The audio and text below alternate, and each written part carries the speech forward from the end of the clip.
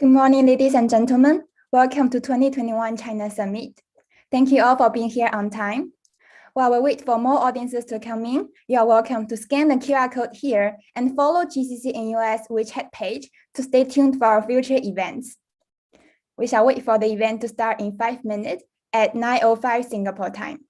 Thank you for your patience and see you later.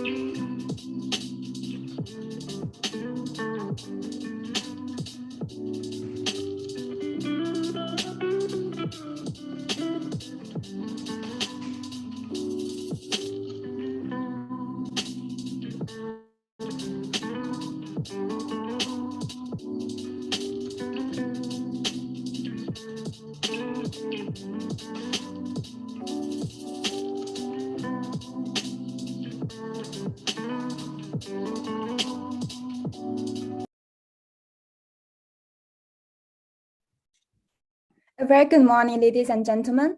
Welcome to 2021 China Summit. I'm Cui Ming, a member of the Global China Connection from National University of Singapore, in short, NUS. I'm very honored to be your MC for today. First of all, on behalf of the organizing committee, I would like to thank all of you here for joining us today. This year's summit is initiated and hosted by Global China Connection NUS chapter and jointly organized by our partner organizations from worldwide tertiary institutions, as shown here on the slide.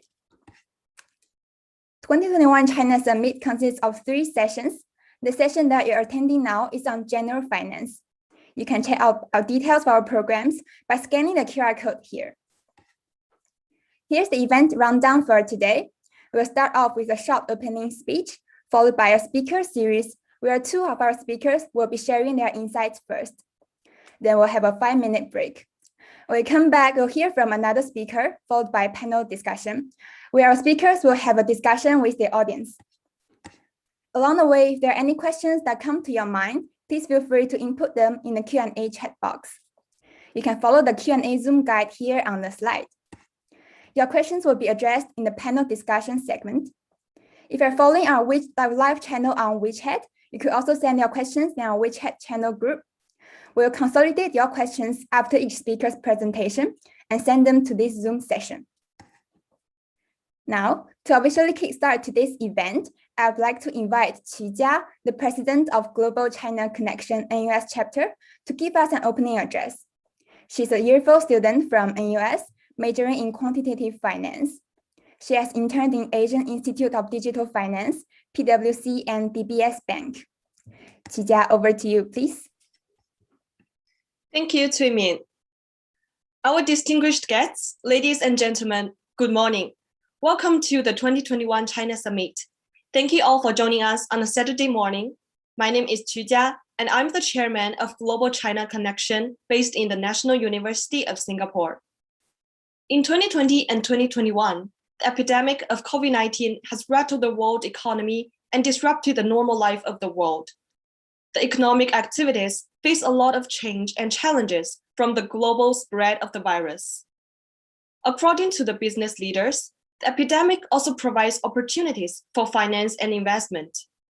Therefore, in the post-epidemic phase, seeking multi-party collaboration and achieving a win-win situation has become an important step in innovative strategies in many fields. Our theme for this year's summit, Change, Challenge, and Collaboration, reflects the turning point for China and the whole economy to recover from the heat of the virus. For this year's China Summit, we're so honored to have 2 joint parties together with GCC and US as organizing committee. Tsinghua University Association of Student International Communication, Korea University Chinese Student and Scholars Association, thank you. And 6 other organizations as co-organizers. They are Hong Kong University Chinese Students and Scholars Association, Undergraduate Department, Hong Kong University of Science and Technology, Mainland Student and Scholar Society, Undergraduate Section, CUHKSC, Investment Enlightenment Association, University of New South Wales Chinese Students Association, Yale NUS GCC, and Australian National University Chinese Students and Scholars Association. Thank you very much for your onboard and collaboration. We engaged tertiary school students, young professionals, and entrepreneurs with those from the rest of the world in the context of the existing and potential opportunities and challenges that Asia and specifically China is facing. For this session, we're so fortunate to invite 4 prominent guests to the summit, sharing the topic of finance. And I'm just as excited as you are to learn from their priceless insights and experiences. Before I finish, on behalf of the 2021 China Summit Organizing Committee, I would also like to express the greatest gratitude to our speakers, the partnership organizations and members, and most importantly, the audience today for making this festival of ideas possible. Please enjoy the 2021 China Summit. Thank you. Thank you, Qi. We really hope that you could have a better understanding of the emerging China market after the summit. Without further ado, let's proceed to the speaker series, For today's session, we are very honored to have three brilliant speakers from both academia and finance industry to share with us their insights. Our first speaker is Mr. Joseph Zhang from Columbia Business School and holds the position of chairman at the Chinese Student Society and vice chairman at the Investment Management Society in Columbia Business School. He once worked as an investment analyst at Tiger Club Hedge Fund. He'll be sharing with us his insights on the hedge fund industry before and after COVID-19. Mr. Zhang, over to you, please. Okay, thank you. Let me share my screen with you. Okay, can you see it? Yeah, it's good. Okay, thank you. So hello, everyone. I am Joseph Zhang, or Zhang in Mandarin. I want to thank GCC for holding this great event and for inviting me to this great event. It's such an honor to be here today. And this is the first time I do this kind of speech online, so it feels kind of different from offline because we sort of lack the interactive kind of elements, but I will try to make this session interesting. So as the first speaker of the first session, I'm very glad to become the brick to be thrown to get the gem of the conference, or we can say 抛砖引玉 in Mandarin. And before beginning, I also want to ask for forgiveness if I might have to disappear for like 10 seconds during the session, because I'm currently quarantined at Xiamen and might have to complete my mandatory daily temperature check sometime. But I sincerely hope that there will not be anyone interrupting us. So a little bit of my self-introduction. I'm currently attending Columbia Business School and serving as the co-president of Greater China Society at Columbia. Before Columbia, I worked as an equity analyst in a Tiger Club hedge fund, which had multi-billion-dollar asset under management. So in that fund, I used to cover a lot of stocks in China, Japan, and Korea. So today, I'm going to talk about hedge fund industry. So I will start from a brief overview of the hedge fund industry I know, and then go a little bit deeper on what's the recent trends of hedge fund industry across different countries. And finally, if you are looking to invest in a hedge fund, I have some opinions or some tips on how to successfully select an overperforming fund. So let's start from the overview of hedge fund industry. So this PowerPoint here, I did not include any fancy charts or complicated numbers. I just want to keep everybody on track. So as of the overview of hedge fund industry, so a hedge fund is actually a very vague concept. Even though hedge fund started from a concept of low risk asset management, it has almost become another name of high risk, high return. So, if we can see a lot of news about hedge fund of, which fund made like 50% return on one year and which fund lost like $10 billion someday, so we kind of have a sort of a impression that all hedge funds are high risk, high return. But I think that was somewhat a misunderstanding. I want to highlight that the key of hedge fund is actually freedom of using different types of tools in the financial market.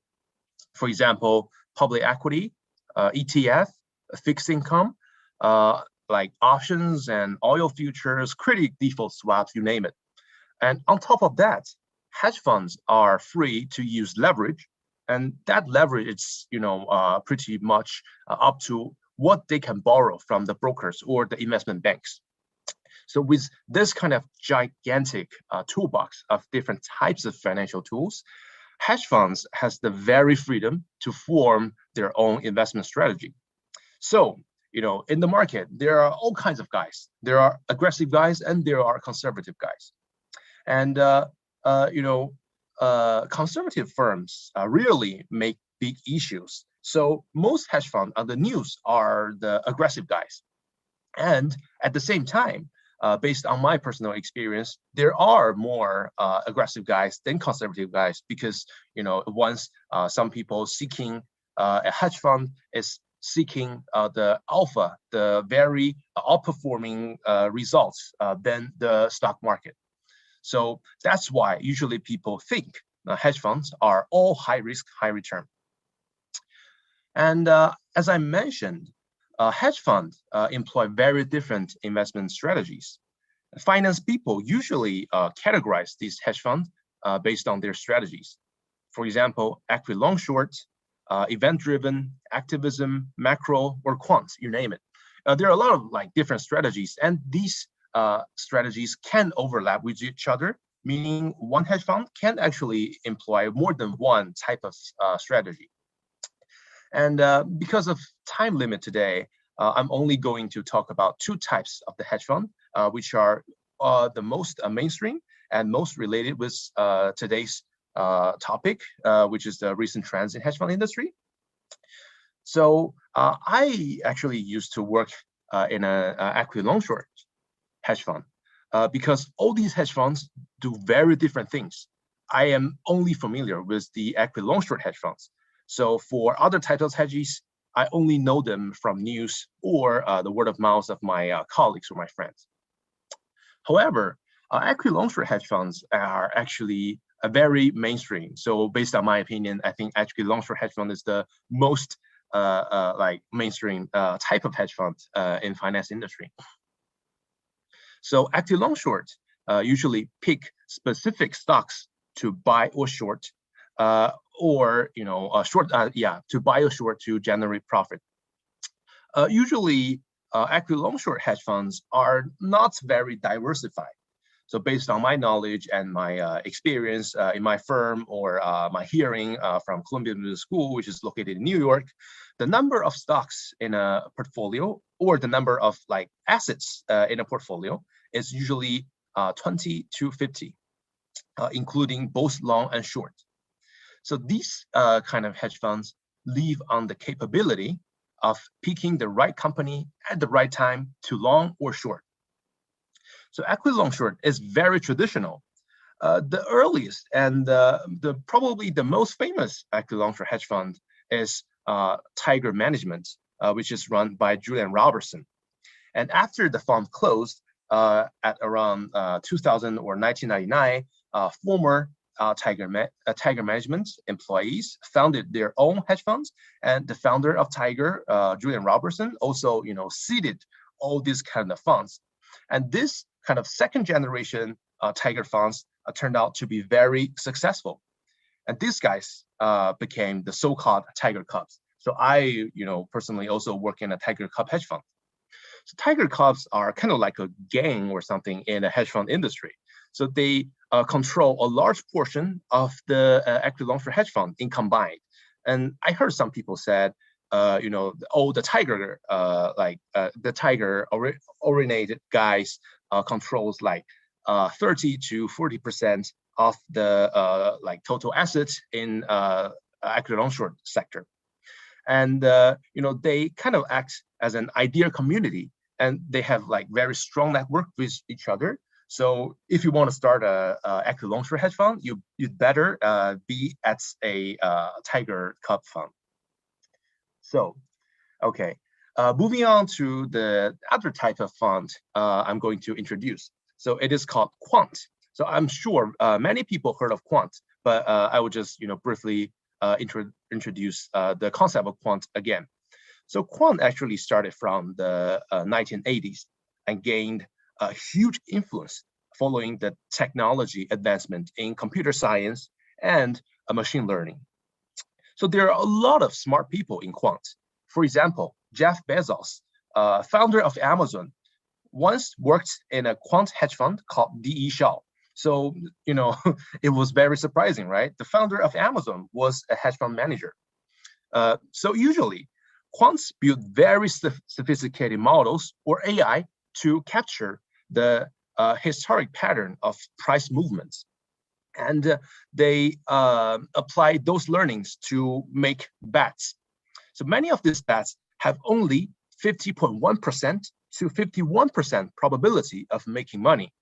So, the most famous quant hedge fund is called Renaissance Technology. So that fund, their flagship funds is called Medallion. Medallion makes like 40 to 60% return every year, but their machine only have the hit rate. So we call it hit rate if you make money on we call it hit rate if you of the percentage of how off 100 bets, how many percent of it's making money.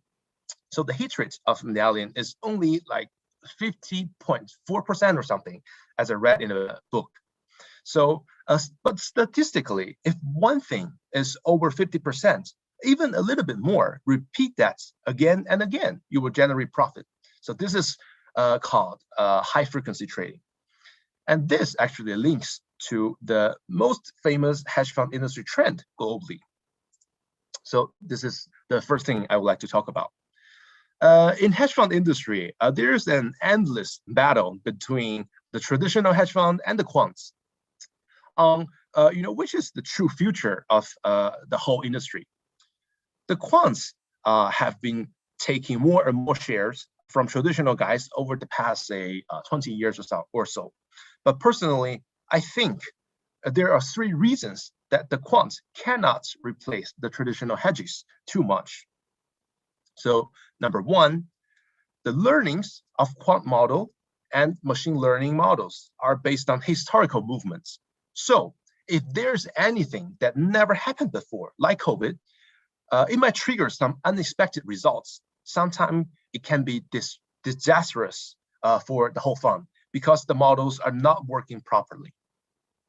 The second reason is that, at the end of the day, quant models do not look into the fundamentals of the stocks or the underlying assets.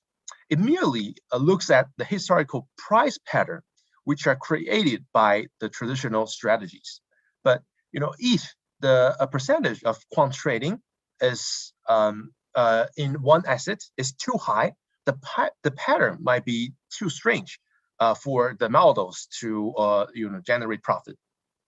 And to some extent, quants are actually the free riders of the patterns, which is created by mostly macro hedge funds and equity long-short hedge funds. So therefore, the hedge fund that decide the market direction are still the traditional guys. As I said before, the macros and the equity long-shorts.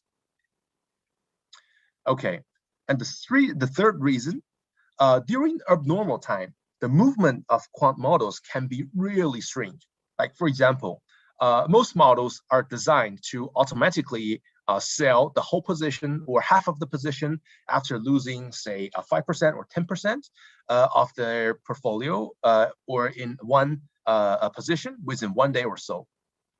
When there's a trigger and when the trigger is big enough, for example, COVID again, all the funds will sell together. So this will actually lead to a flash crash, based on its, the sudden explosion of liquid. And sometimes you see the NASDAQ dropping more than 5%. This kind of situation didn't happen so often before quants are prevailed. On the other hand, a flash crash creates tremendous opportunities for fundamental investors. I personally took this kind of chance as buy points when I worked in hedge fund before, and it worked quite well for me. So COVID is something that happens every 100 years, literally every 100 years. So the last global pandemic, this huge, was 1918 influenza flu. So that was before a computer was even invented. So the quant models hardly captured this kind of price movements during COVID-19. And the year of 2020 has become a triumph for human-run hedge funds, the traditional guys. So therefore, in the US and major Asian markets, I heard money flowing in traditional hedge funds recently. So there was some adverse trend from this angle. Okay, moving on to our second trend. So the second trend I would like to discuss is that this is from another angle of the industry. So the last trend was based on, different investment strategies. And this one is actually based on capital composition. So in terms of capital composition, we can divide hedges in another method. So this is family office versus external capital hedge funds. So some wealthy families have their own hedge fund desks, and some very successful fund managers became, extremely rich, like billionaires. So it became kind of a burden for them to continuously run client money, so they can, pretty much live on their own assets. And if you have ever been a hedge fund, you will know that the biggest headache for a hedge fund manager is investment relation. So sometimes your portfolio drop like say 2% or 3%, and you will get a call from the client, and the client will say, "Hey, why is this dropping 3%? I want to get back my money." So that's redemption. That's the number one reason that can kill a hedge fund. So these are rich people. They have enough money, and they became they got ideas that they want to run their own money. So the most famous family office could be, I think it's Point 72 of Stephen Cohen. So they're called family offices. So before, a family office was hardly a mainstream form of hedge fund. There were just not a lot of big guys out there. But over the past 4 to 5 years, family offices began to take control in some area as they gain size. And I'm sure a lot of you might heard or learned from the news that in late March this year, a family office called Archegos Capital experienced excruciating margin calls. The fund lost more than $20 billion in 2 days because it's a family office. We can think of it as one single person lost $20 billion in 2 days, which is a historical record in human history. So the collapse of this family office also costed the investment banks, mostly Credit Suisse and Nomura, billions of dollars.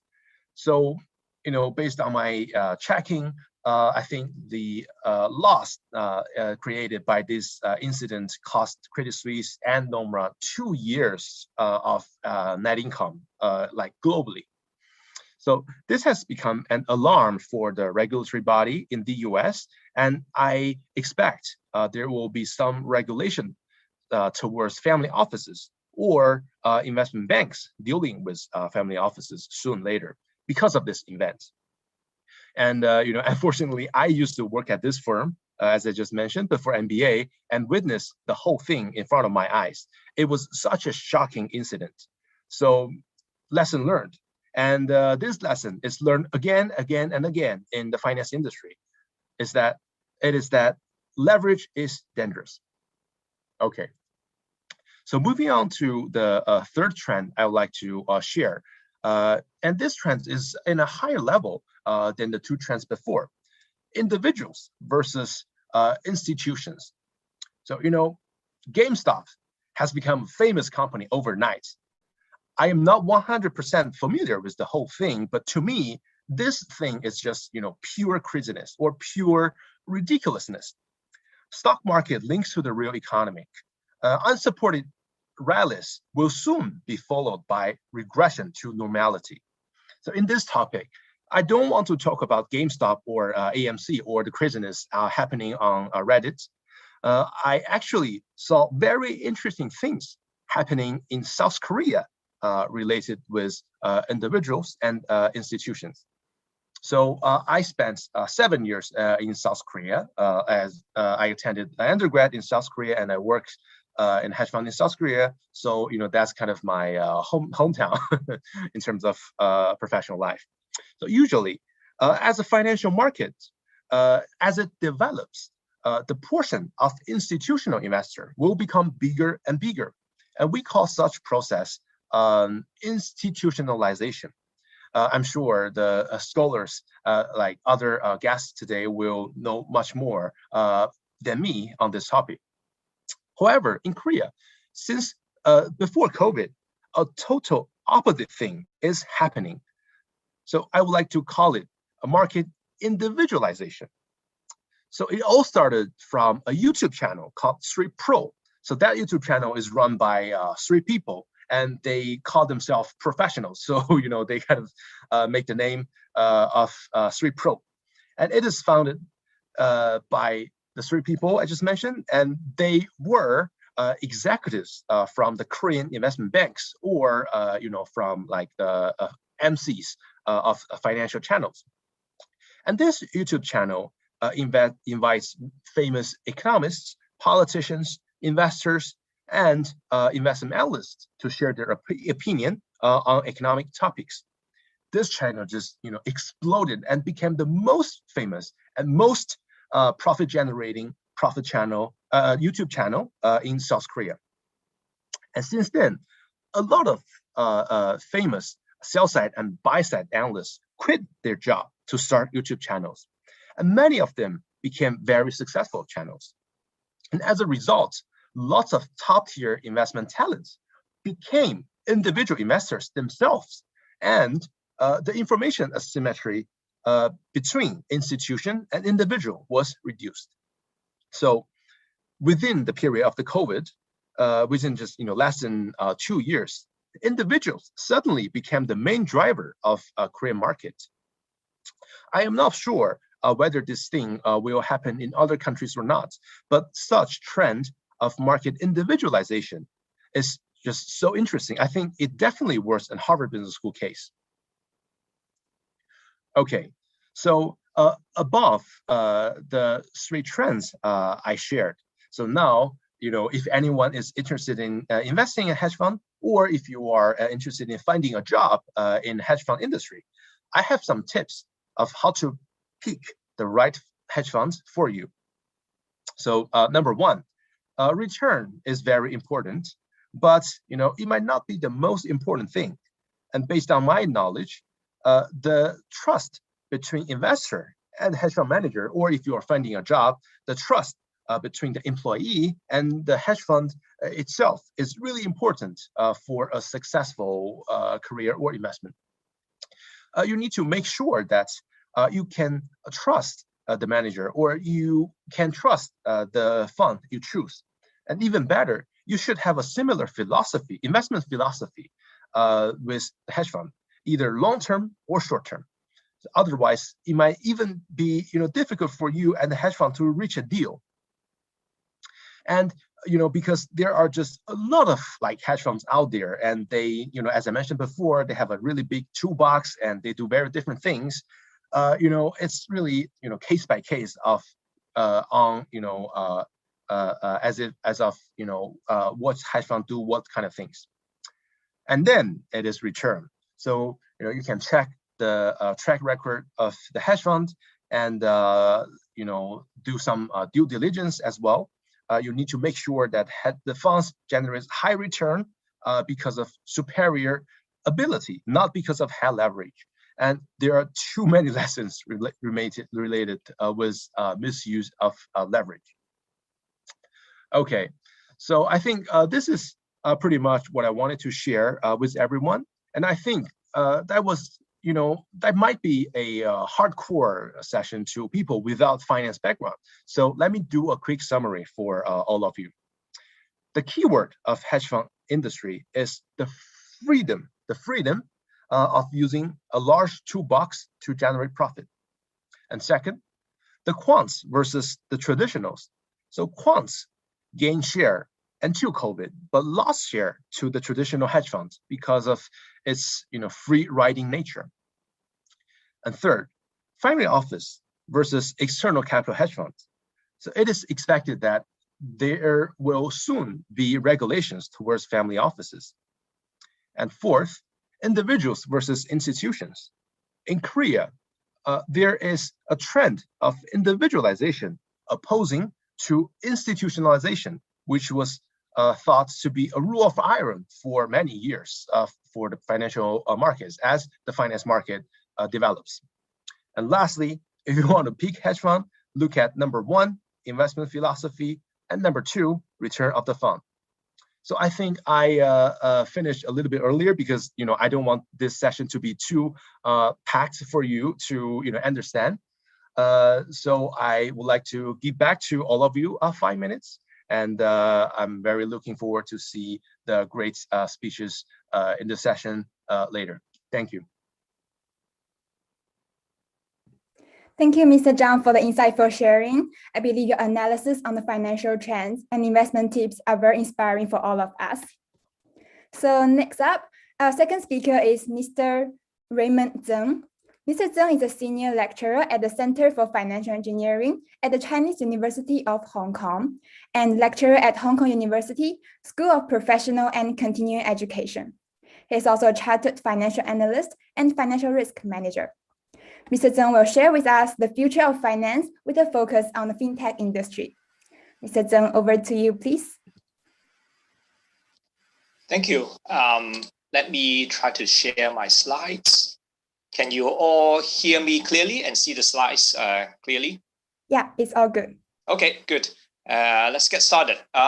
So thank you for the introduction. And I have to thank GCC for the nicely organized summit. I've enjoyed the first speech very much. And I look forward to the panel discussion, which we can all further discuss on the area of the finance or the fintech areas. So here I have today, when the students first came to me to invite me to do a speech, I asked them about so what topic I should talk about. And they just give me the general finance area. So it's pretty wide. So I try to narrow it down a little bit. And I guess fintech has been the buzzword or the trend lately. So I tend to spend some time on it, and let's see if we can get something out of it. So a little bit about my background. I'm from the Chinese University of Hong Kong, and I was invited by the students from the Investment Enlightenment Club Association, which was formed only 2 years ago. So the club has the association has organized some activities for the general investment interest for the students, and they've been doing pretty well. So this time they've invited me to do the talk at this GCC China Summit occasion. So I hope you can all we can all learn something from the topic. So today I'm gonna cover a little bit on both sides of finance and technology. I think it used to be two kind of distinct worlds, but with the development of the environment or the economy, the two are getting closer and closer. I'm gonna start with some overview. Given the 30 minutes, I couldn't be talking too much in depth. I guess I won't go into very much details, but I'm just going to give an overview and then maybe point out some future trends or share with you some visions that I have for the future of the finance industry or the fintech industry. Well, as they are personal views or personal opinions, they might not even get they may not even happen in the future. So just listen to them and see if they make sense. Okay. So for fintech or financial technology in short, I guess as I've said, it's been the buzzword for many for causing disruption to the traditional finance industry. Sometimes it's the other way around. Sometimes it's tech fin, meaning that we get to know fintech when financial companies are applying technology or utilizing technology to introduce new products, to introduce new services, or doing something new to enhance the current deliverables. But on the other hand, we also see some technology firm going or entering into the finance industry. We see for mobile payments, for online auctions or buying and selling, we see that they are done by or originated by non-financial or non-banking institutions.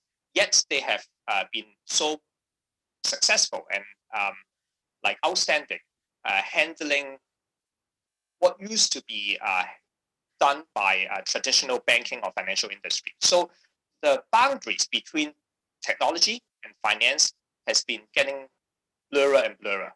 Like in the future, I predict that like the traditional financial firms or traditional technology firms would be engaging in like areas which used to be like uncharted like before.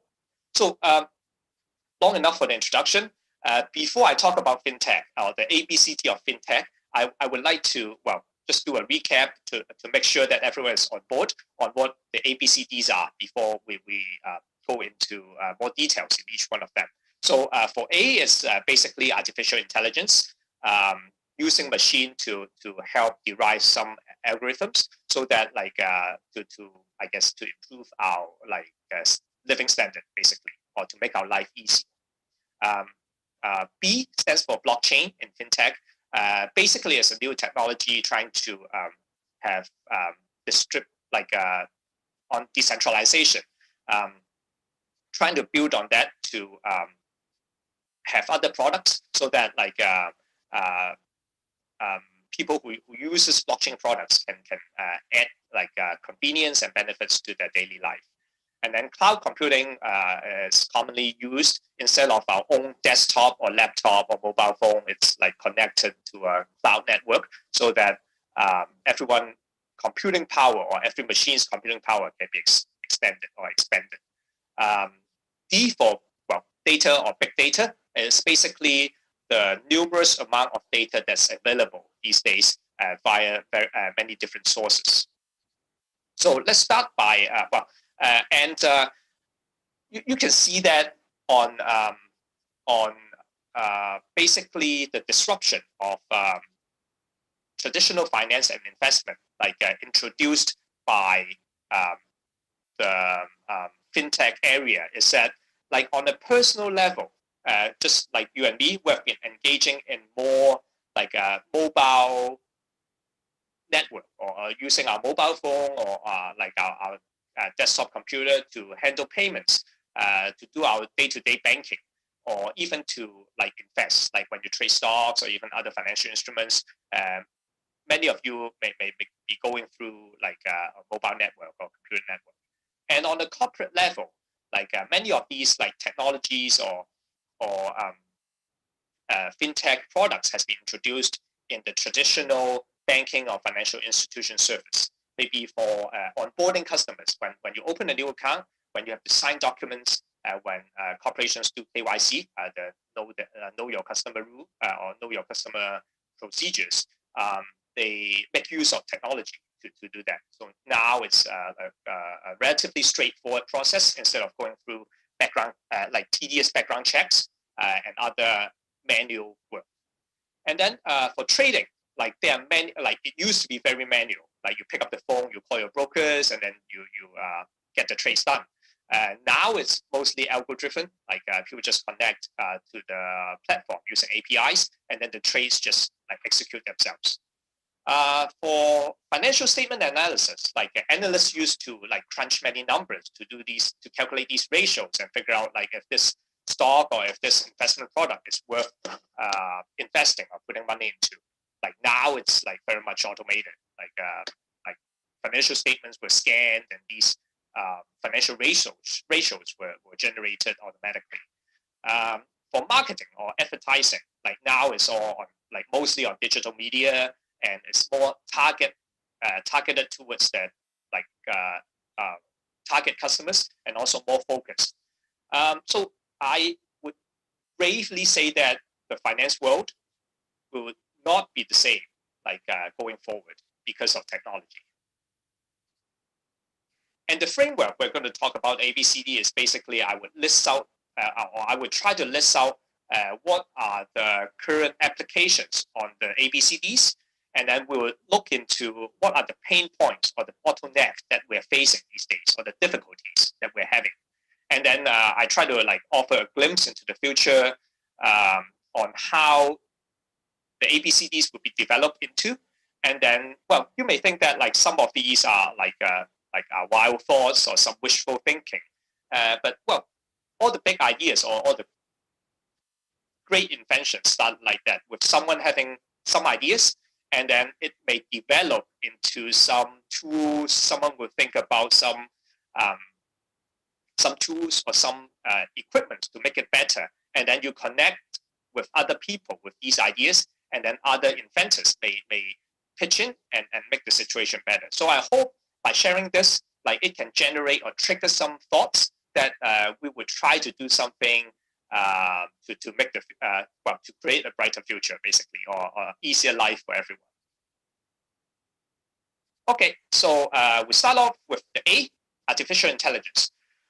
Currently, like, AI has been used in, like, you can see that in credit card or loan approval. Now, when people apply for a loan, it's done on like filling in maybe a survey or questionnaire on the mobile phone or like on the computer, and then without much background checks being done, like the traditional background checks being done, like based on like the data that you have input, or like the network that they can search on your financial background, the loans or the credit card can like the decision to approve or not to approve it will be done like in seconds or in minutes.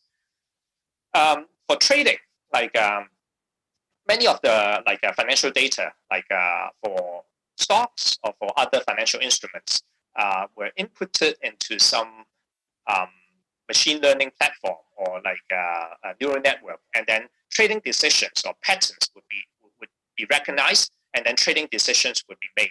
So that's how some trading strategies are being formed these days on using AI. And then like in robo-advisory, like people like enter the age, their occupation, their monthly income, and all that, and then the robo-advisor would advise like give you advice on how much how to allocate your asset, like how much in stock, bonds, or like cash or other like structured products, and then they may even recommend ETFs on like various sectors so that you achieve diversification. AI appears in many different forms or different names. Some people call it like in various aspects or categories. People may call it deep learning, neural network, or machine learning. But basically, the crux of it is to try to get the machine to learn or to think and eventually make decisions for us, instead of like having human to do it, or like having like doing the work too manually. Like machines may be assisting humans, or even like autonomous in making decisions. That's the eventual goal of using AI in financial in the financial aspects, or even like other aspects of our daily life. So currently, the biggest bottleneck or obstacle that we face in using AI is very often like a black box. There's input to it. It gets processed in in the machines or within the machines, and then the outside the output or the outcome bends, like you get it. Very often it's not explainable. Like the best reason that people come up is like well, the machines said this, or the machines arrive at this decision, so just follow that. However, in the investment world, it's like it's very difficult to accept such explanation. Like especially when people invest in a fund or like an AI fund, and then it ends up losing money, and they start asking why, and you can't just tell them, oh, it's the machine's decision. Like we can't explain it. So the next generation of AI, like when it's used in financial application, I think it should be developed into something more with more intuition. Like, or what I call explainable AI. When people ask questions about like why the decisions was made or the mechanism behind the decision-making process, the AI itself should be able to generate some reasons or intuition, so that like people kind of like can follow the decision-making process. And then like the next few steps may be, can AI think outside the box? Can they be creative, just like human brains? Can they be non-conventional? So that could take some time, but with the development or rapid development of technology, that's not totally unreasonable to think about that. And then eventually, like now we're training AI systems, right? Or teaching machines to train themselves. Is it possible for AI to train human or a machine to train human at some point? Like this looks like some, or this sounds like some movie plots, right? But eventually, if machines are smart enough, can they be doing the training or teaching the other way around? So we'll see if that eventually happens. Okay, secondly, B for blockchain. So currently, we have encountered blockchain in areas like electronic payment or crypto assets. Well, with the wild fluctuations of crypto assets prices like Bitcoin, Ethereum, and others, many people may be aware of this application of blockchain. And then in other applications, it's also used in like tokenization or securitization of financial assets or even non-financial assets. So people can own a small part of that holding with like digital ownership or something. And it's also used widely used in smart contracts. Nowadays, instead of like signing a physical document or like a piece of paper, like electronic signature can be kept on blockchain so that it can be stored like for as long as people wish. And then blockchain can also be widely used or can be seen widely used in record keeping. It's supposed to be like non-erasable. Once it's on the blockchain, it's there. Like you cannot easily or technically you cannot completely remove it. So it produces safe audit trail or like a accurate audit trail for people to keep track of the changes, amendments, on different versions. However, like we also face security issues. These are all the some of the terms that like hackers may use to disrupt the blockchain applications or the processing of the blockchain. They could be flooding the blockchain or public chains or private chains with many operations so that it could be slowing down the process. If hackers take control of the consensus or the majority of the computing power, they could be causing like unwanted changes to the blockchain as well. And then when you're talking about the chain getting bigger and bigger, computer speed and storage could be issues. Like you carry out a transaction, like let's say an e-payment. You don't want to wait at the coffee store for more coffee shop for more than 5 minutes, right? Like for it to go through. You want it to be instant or at least done within 5 seconds or 10 seconds, right? So the speed could be an issue. And then as the chain gets bigger and bigger, like storage may be like a cost or a problem for the entire operations. So going forward, blockchain is basically a concept that like, because nowadays processing and data storage are pretty much centralized. For the bank, they keep their customer data or their customer information like within themselves, even though they may put it on cloud or some backup storage, but the ownership of those data like belongs to them. But blockchain is pretty much the reverse of that concept, right? Like it's looking for decentralization. We put our data, like of course with some securitized or like with enough cybersecurity, right? In a public or private network or like a chain, and then it could be accessible with your authorization to the public or to certain entities or to certain organizations. So that's how we end up with getting DeFi, decentralized finance, or even like a distributed ledger, so that people can access part of your information. Like if you authorize the bank to access your, let's say, proof of address, and then like you authorize them and they can like know where you live, get the proof, and then that may help in your account opening or your credit card application or something.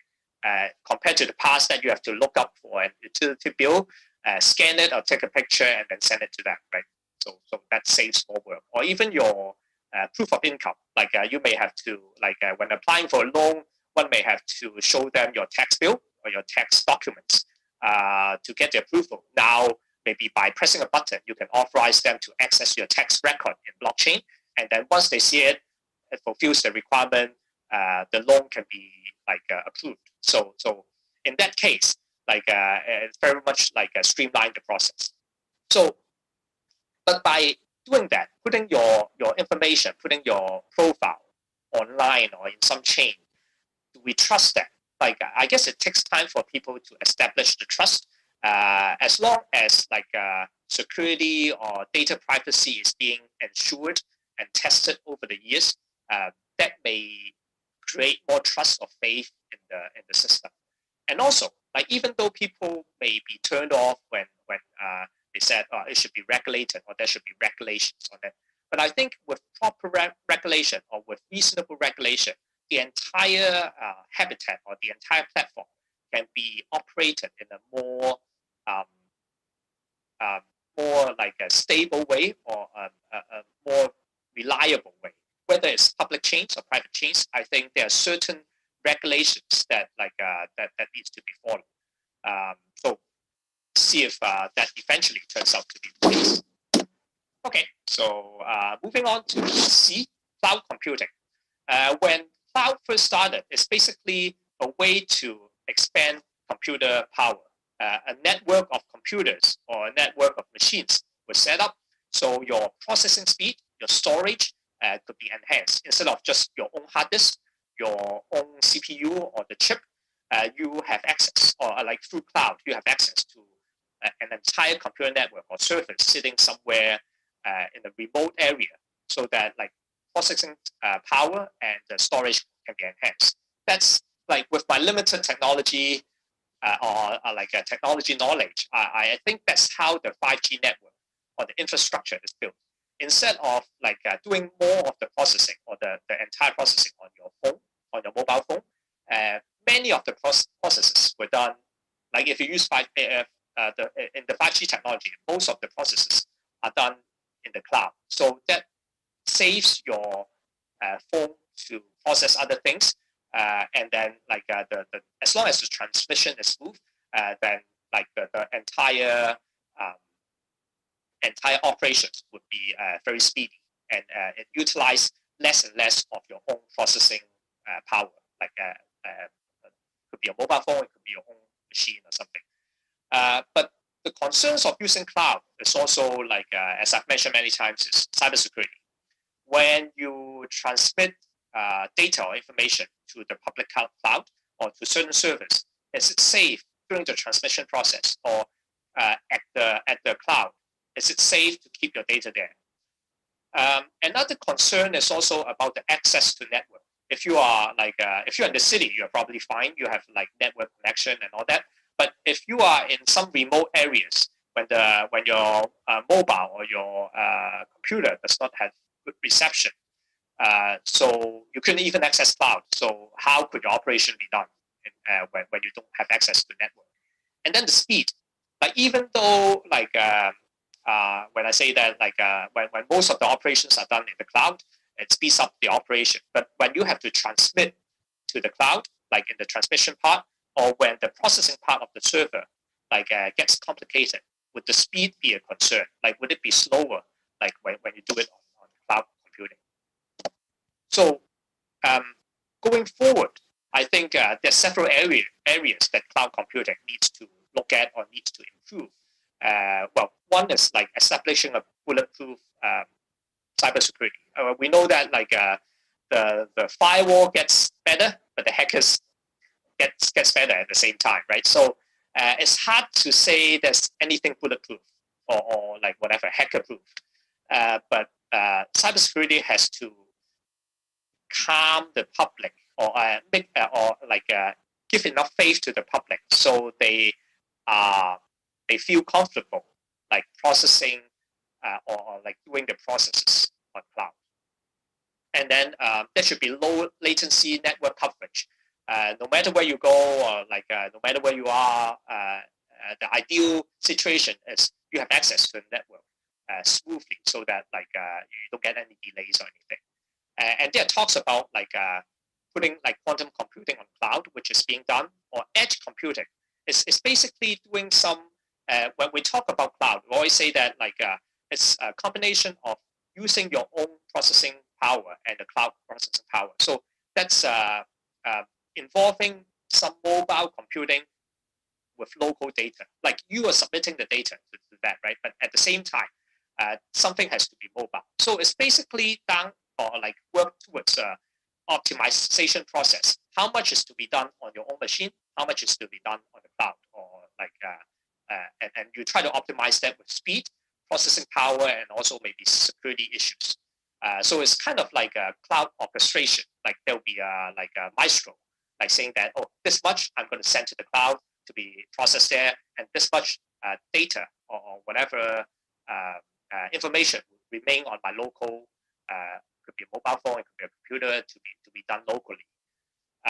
And some people are even saying, could cloud be serverless? Now we still have like servers, like server rooms or server stations in remote areas, which takes up space, which takes up like power and rent and whatever.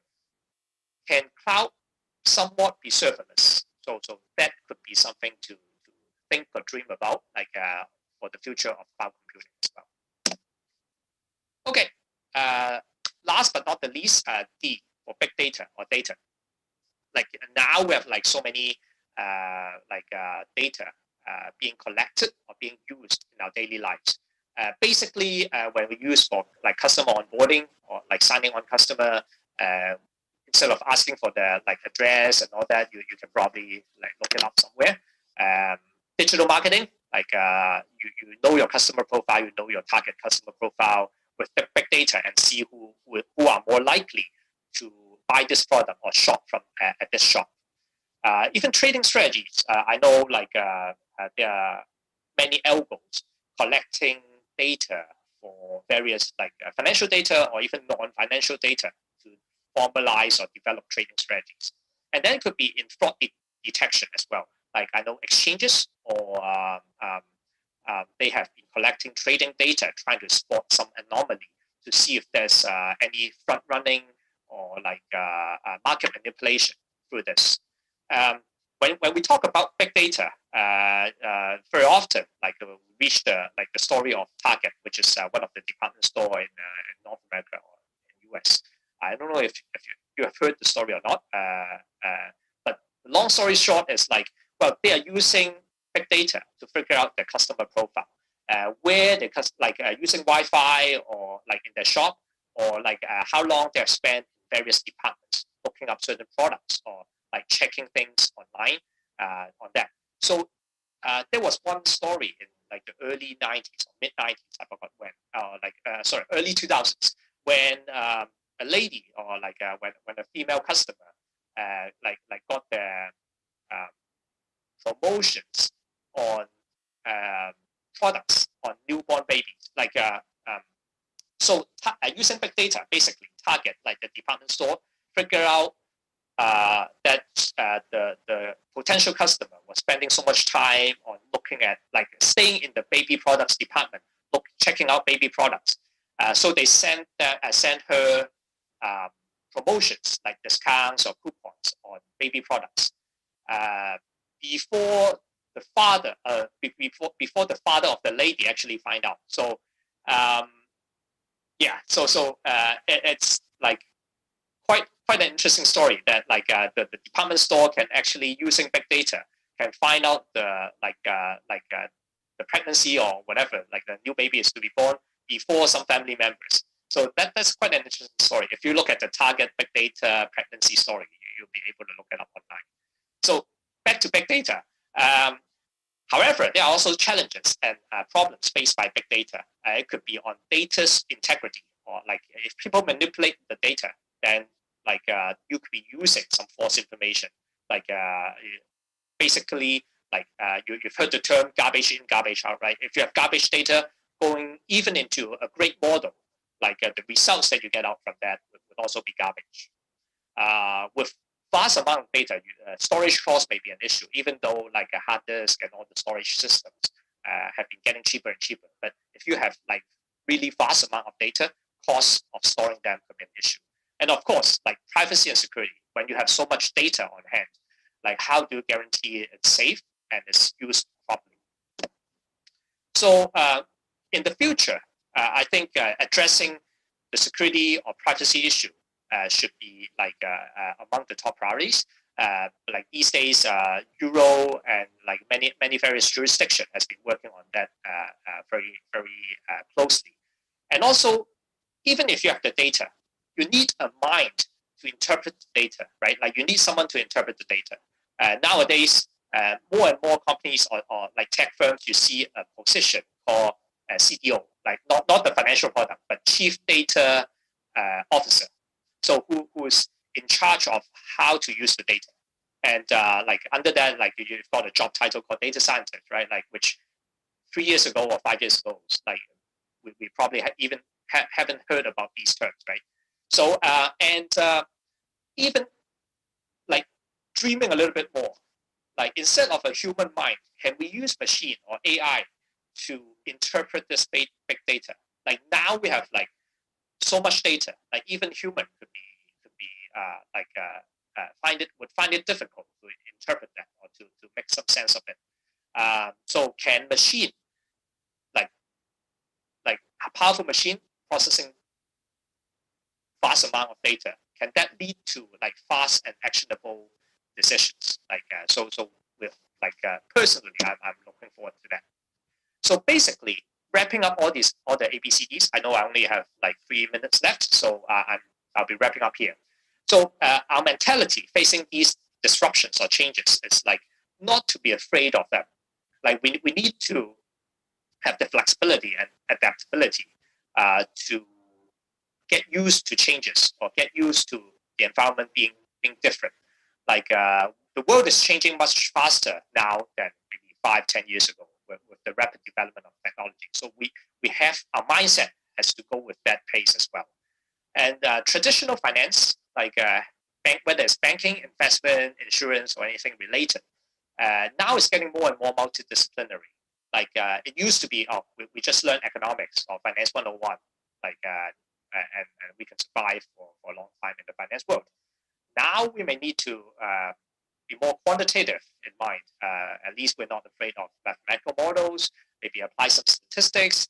And in terms of picking up a second language, instead of like learning English or French or like other languages, it may be a computer language, right?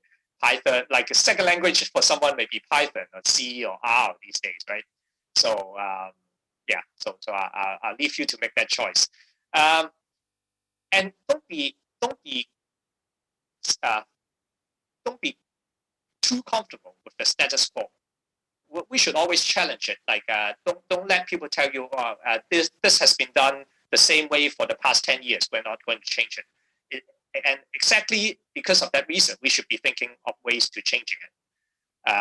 Because like that's how we can create like a better like a situation or like a better system sometimes. And also for us, like for continual learning, it's important. Like there are new things that are coming up from time to time. If we just stick with what we've learned in universities or in schools, like we'll get outdated very, very soon.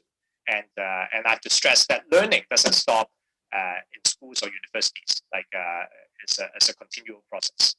As I've been doing some career planning for with my students, I added this slide so that like hopefully it will give you some insights. But we all know that no one knows exactly how the future is. Like there's no one with a clear crystal ball. So that like we know exactly how the future is. When you're looking for a job, or when you're thinking about your career, some people may say that like you look for something trending. Well, I'm not saying trendy, but trending. It's more like a internet terms, right? Like these days, that like what's the next trend to be? Like if you can predict that, find a job in that area, and you'll be successful. Some people look for jobs that are prestigious, like you work with like a star manager or like a prestigious firm, that would make you look better. Some people say that, well, look for something that's rewarding, like whether it's compensation or job satisfaction, like compensation in monetary terms or anything. Well, these are important. I'm not saying that don't go for this, but I would say that, or I would encourage you to find something that you are passionate about. When you have a passion for it, when you are strongly interested in it, you develop a strong sense of motivation, so that it would turn into like that you try to always look for some way to improve your work, to get better, and to maybe create a trends for the environment. So that wraps up my sharing today. I know we have a panel discussion later on, but if there's any question you want to pose at this time, I can take one or two, and then we'll leave the rest to the panel discussion. Any question you want to raise? Okay, if not, then I will save the Q&A for the panel discussion, and then I look forward to the next speaker as well as the panel that we can all sit together and discuss. Thank you very much. Thank you, Mr. Zhang, for giving us a comprehensive and refreshing view on the ABCD in the fintech industry. And I also really identify with your points on how we should always keep learning and that we should pursue our passion. So for our audience, if you could input your questions in the Q&A chat box in the bottom of your Zoom bar, or you can also send your questions in the WeChat channel group. And it will be a great chance for you to interact with our speakers. And so we look forward to some great questions from you guys. And for now, we understand that it's been a while since the beginning of today's session. Thank you all for your attention and for being great audiences so far. We shall now have a 10-minute break. The time now is 10:11 a.m. Singapore time. You could get some rest and please come back in 10 minutes at 10:21 a.m. Singapore time. So see you later.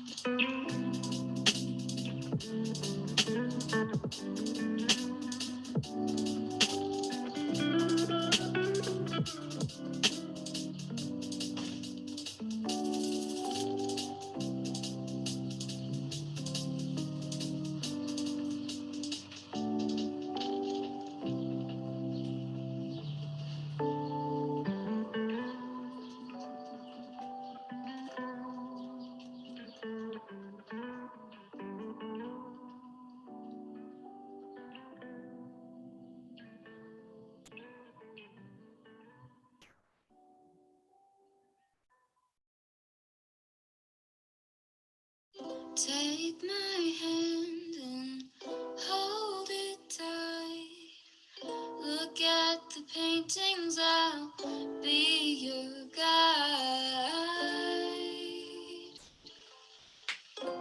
Don't stop looking in my eyes. Are you cold? Do you want to sit down? I've been here a million times, so I know my way around. Don't stop looking at me now.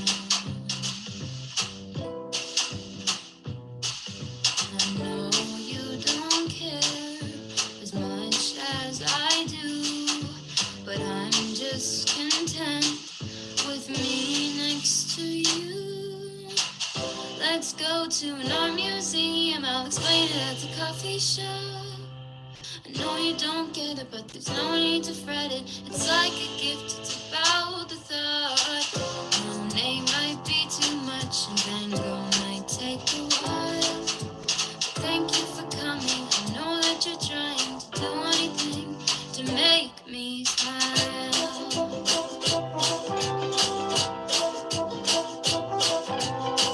I'll have a cup of tea while you have a latte for both you and me. The caffeine will make sure that you don't fall asleep, 'cause darling, you're sleepy, eyes are closing.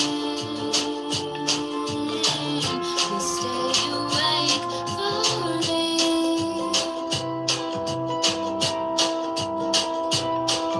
I know you wanna go, but please stay here with me. I could show you things that you would never see.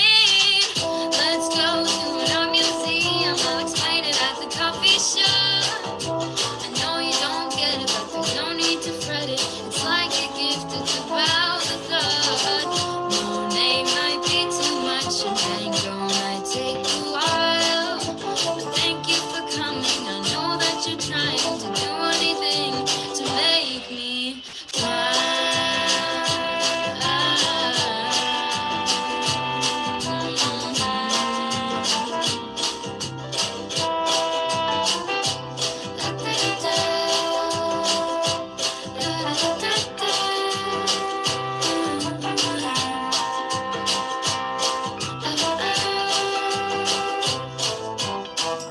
Let's go to an art museum, I'll explain it at the coffee shop. I know you don't get it, but there's no need to fret it. It's like a gift, it's about the thought. Monet might be too much and Van Gogh might take a while. But thank you for coming and thank you for trying to do anything to make me smile.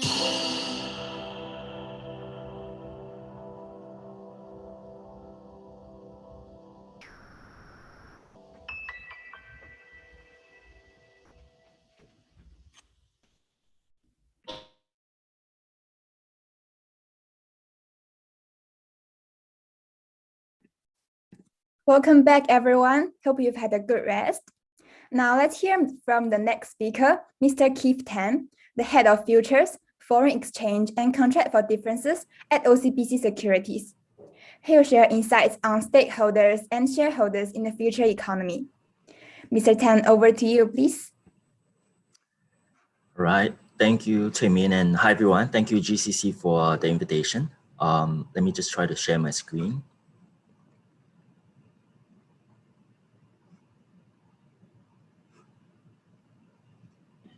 Yeah, it's good. Okay. Yeah, so thank you once again for the invitation and organizing all this. I really enjoyed myself. I don't know about you. I enjoyed what was shared by the first two speakers. So Zhang and Raymond, thank you very much. Yeah, you know, and I thought quite long and hard about what to share. You know, when GCC contacted me to share, and then I asked what the theme was and what to share. And so I decided to share something that's a bit different. I know that this is a finance related session or a day, you know, so all the topics are on finance, and it will be. But actually the topics shared by Zhang and Raymond are very, very close to my heart. So for Zhang Kai's topic, you know, I started my career as a trader, and I was on the buy side for many years before I moved to the sell side. So, you know, hopefully in the panel, we can have some good discussions. I have my views on hedge funds as well, even though I wasn't, you know, I was in a proprietary trading firm. So that's a bit different from a hedge fund that manages client funds. You know, we don't manage client funds. And then, of course, machine learning and AI, especially neural networks, are very, very close to the topics that I look into and I study. So just a bit about myself. I am currently at OCBC. I joined from UOB. So when OCBC hired me, they had some plans for me to move around and be at different parts of the business. So my first assignment at this bank is to lead the futures, FX, and then the CFD businesses. So these three businesses for OCBC Securities. And then after this assignment, most likely I'll be in wealth banking. Before that, I was in UOB in Treasury. So we call that global markets. And I think many of you are students here, so you might be interested in a career in global markets. So there's something that I can share as well, you know, during the panel discussions, or if you have questions that you want to ask, you can reach out to me for that as well. Before that, you know, like I mentioned, I was on buy side, so I managed some funds, you know, for the proprietary trading firm. I think that's a bit similar to Raymond's. So I don't think it's fair to say Raymond's on the academia side. You know, I think Raymond has a lot of experience on the buy side as well, and so basically what he's done, and I noticed that he's done a lot of derivatives, and so that's where I like to think it's my expertise as well. I'm very, very passionate about derivatives, and because cash products are for the not so bright people, right? So there's always this comparison, right, between people that trade spot and people who trade derivatives. So anything that's spot means it's cash, is the underlying. Anything that's a derivative, and for the academia here, or those people who are really into mathematics, then you know that derivative is a dy dx. It is a change, right? So, and sometimes it's a double degree derivative, or a double dy dx. If you look at the more complex derivatives. So that's something I'm really passionate about. I've decided, you know, to share a bit on stakeholders versus, I still say it, okay, so it's stakeholders and shareholders in the future economy. So what is the future economy? I think it's really tied up to what we are, you know, the topic for the summit this time around, you know, in 2021, which is on change, challenge, and collaboration. And we know that the economy is changing, right? We see many changes that have happened. You know, we've seen how in the past great innovations in finance have helped progress how the finance industry is. And you've seen, if you really look at finance or banking, you know, because that's where I am right now, one of the greatest innovations in banking are ATMs. And and right now, when you look back at it, you know, it is like, what? Who would think that ATMs, you know, being invented back then would last till now, and are still in the process. So I don't think anyone can challenge the ATMs, or for those of you who are not in Singapore, maybe in a different country you call it differently. But these are automated teller machines that replace the tellers in the bank branches that you go and withdraw your cash. And for where I work at, you know, at OCBC, we are one of the first also to have ATMs that does facial recognition. So if you forget your phone, you can actually scan your face to withdraw cash. So technology is really moving the world very, very fast. So this is something that is close to my heart. I want to share with you guys. I have completed my education in NTU, Nanyang Technological University here in Singapore. That was my undergrad, and then for my postgrad, I did my MBA at SMU, Singapore Management University. So and then later I just last year completed my executive education at INSEAD. So INSEAD, if you know, is a French university, a business school. So I am very happy, you know, and honored to be invited by NUS GCC, you know. So it looks like I also need to do something with NUS to complete the cycle. So, but in you know, all these places I've studied, you know, the topics that have been close to my heart are exactly what Raymond and Zhang have been sharing. So I did machine learning for my thesis, especially in neural networks. So when that chart came up from Raymond, I was really excited about it. I think we would have a lively discussion, hopefully, later. All right, so without further ado, let me try to take us through the slides. Okay, so today I'll be focusing on stakeholder theory. This is something that I've been sharing in my different invitations throughout the years, even when I was on the buy side, and then a couple of sessions in the sell side, including one invitation by DHL to share with the employees. All right, and then I'll go through some of the challenges, and even for the challenges, I'm still discovering what are some of the challenges for the stakeholder theory right now. And then we'll go through a few case studies, actually one major case study and a few recent examples why stakeholder theory is important in finance, in business, and in the new economy that we are going to live in. And then we'll have some concluding thoughts. Okay, so what is shareholder theory and stakeholder theory? I think there are many of you here are students. Including an organizing committee, you know, some in the final year at NUS. And I have always checked, you know, I've always asked some of the professors, you know, when I return to universities and talk to some of the professors, I've talked to some of the students. So right now I do mentoring, not just for OCBC. So OCBC, we have interns that come in every year. So I'm part of that mentorship program. I'm also currently, actually for a few years, a mentor for female executives. So for OCBC, you know, we are very into gender equality. So we understand the need for female executives, you know, that have reached, so they're pretty senior. So these are senior, mid to senior level female executives that cannot reach a breakthrough in the bank. So they can come from our technology and operations division. They can come from our risk divisions.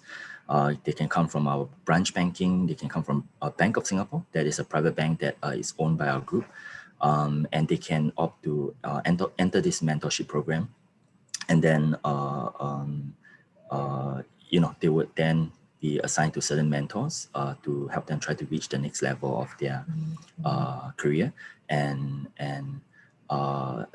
this is actually very related to why what I'm going to share about stakeholder theory. And today I just saw on the news something about Google that has to do with gender equality. And so this is all very, very tied up.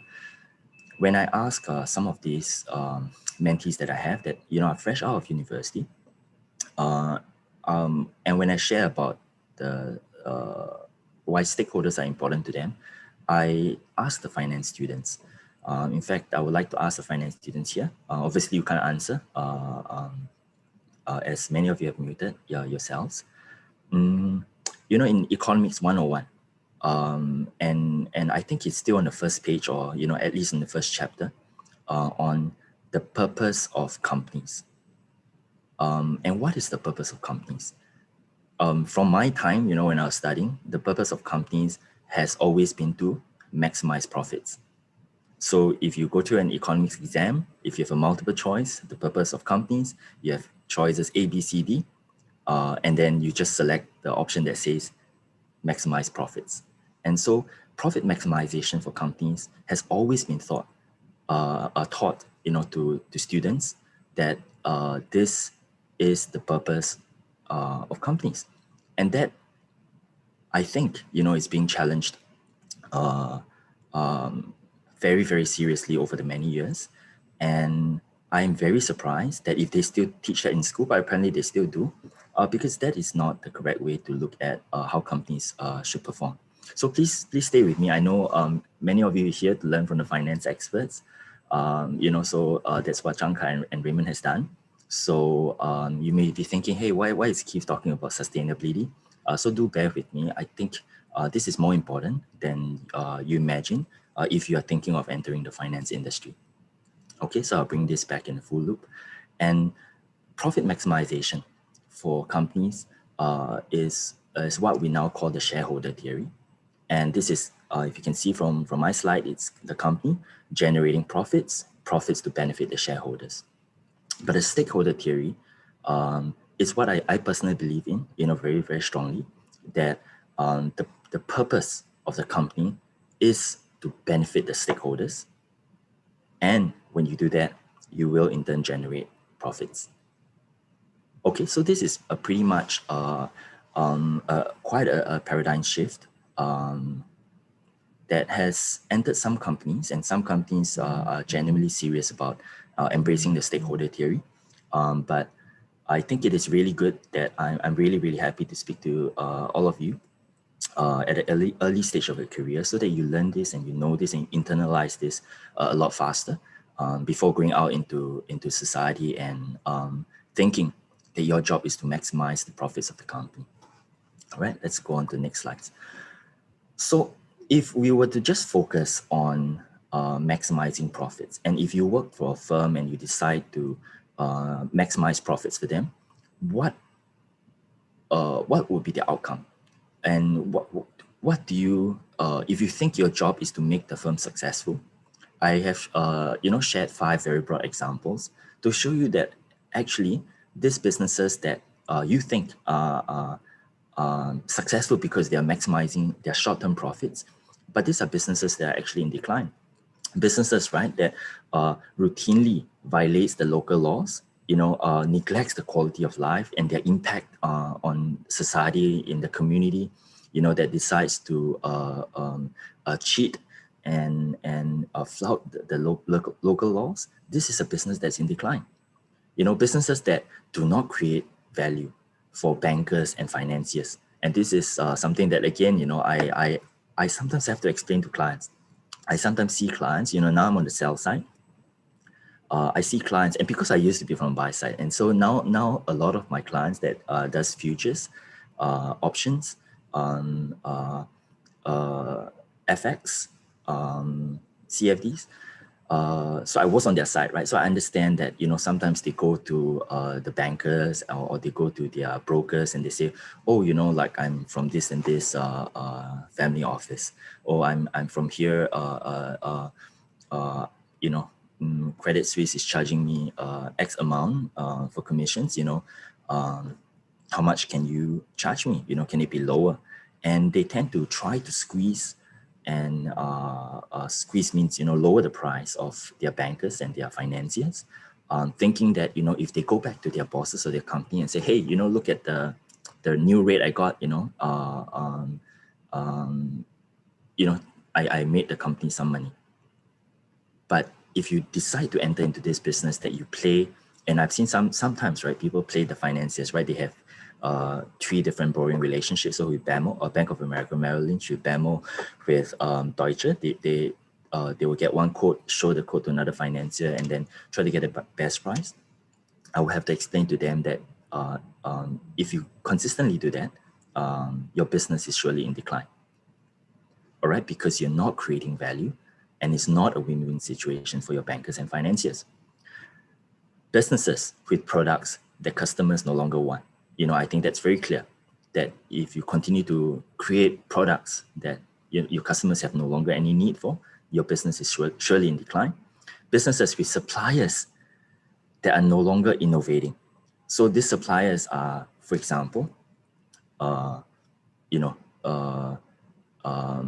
creators of plastic bags. So globally we use a lot of plastic bags, and they're no longer innovating how to make their products a bit more relevant to the environment, to society. And these businesses are surely businesses which are in decline. Lastly, businesses with employees that are not motivated, they are not happy with the company. I would say to you that this is a business that's in decline as well.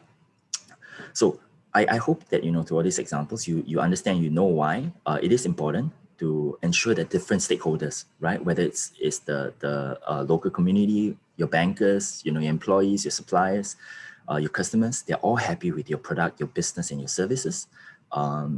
This is the only way to move forward, to embrace the change that we're going through. But surely there are challenges. What are the challenges? And like I say, I must tell you that, we are still looking at some of the challenges, new challenges are surfacing. And how do we know? Because this stakeholder theory, it's already a 40-year-old revolution. And right now, it is still changing the world. It is still getting into some companies, and as companies grow from being a very, very small company to a mid-sized company to a larger companies, you realize that more and more, they have to adapt to the stakeholder theory, and they cannot be sustainable, or they cannot create enough value to grow to a size if they continue with the shareholder theory mentality. So does it mean that because this stakeholder theory is a 40-year-old revolution, it is not successful? And that is why I shared with you, for example, ATMs, have automated teller machines totally replace branch banking. It's surely a longer than 40-year-old revolution, but yet, no one can doubt that ATMs, is a successful innovation. Is this stakeholder theory, Keeve? Are you going to share with us about CSR? Is it just CSR? And I would share with you that it's not a corporate social responsibility kind of thing, not something that you do and feel good about itself. Then what are some of the challenges? Is it about pleasing NGOs, pleasing civil rights groups? And it cannot be. We cannot, a true stakeholder theory practitioner, right, in the real world, in the business world, cannot be someone who is creating policies to please a certain group. But I would say the main challenge for many companies is that many companies want to raise funds. They are looking out for investors. They're going through IPOs. They're looking for an exit strategy, for their founders, to monetize on the company that they have created. I would say one of the main challenge is that profitability of the company is still the primary measure of the success of a company. When you look at and you try to compare, right now you go to Bloomberg, and I'm surrounded by Bloombergs today.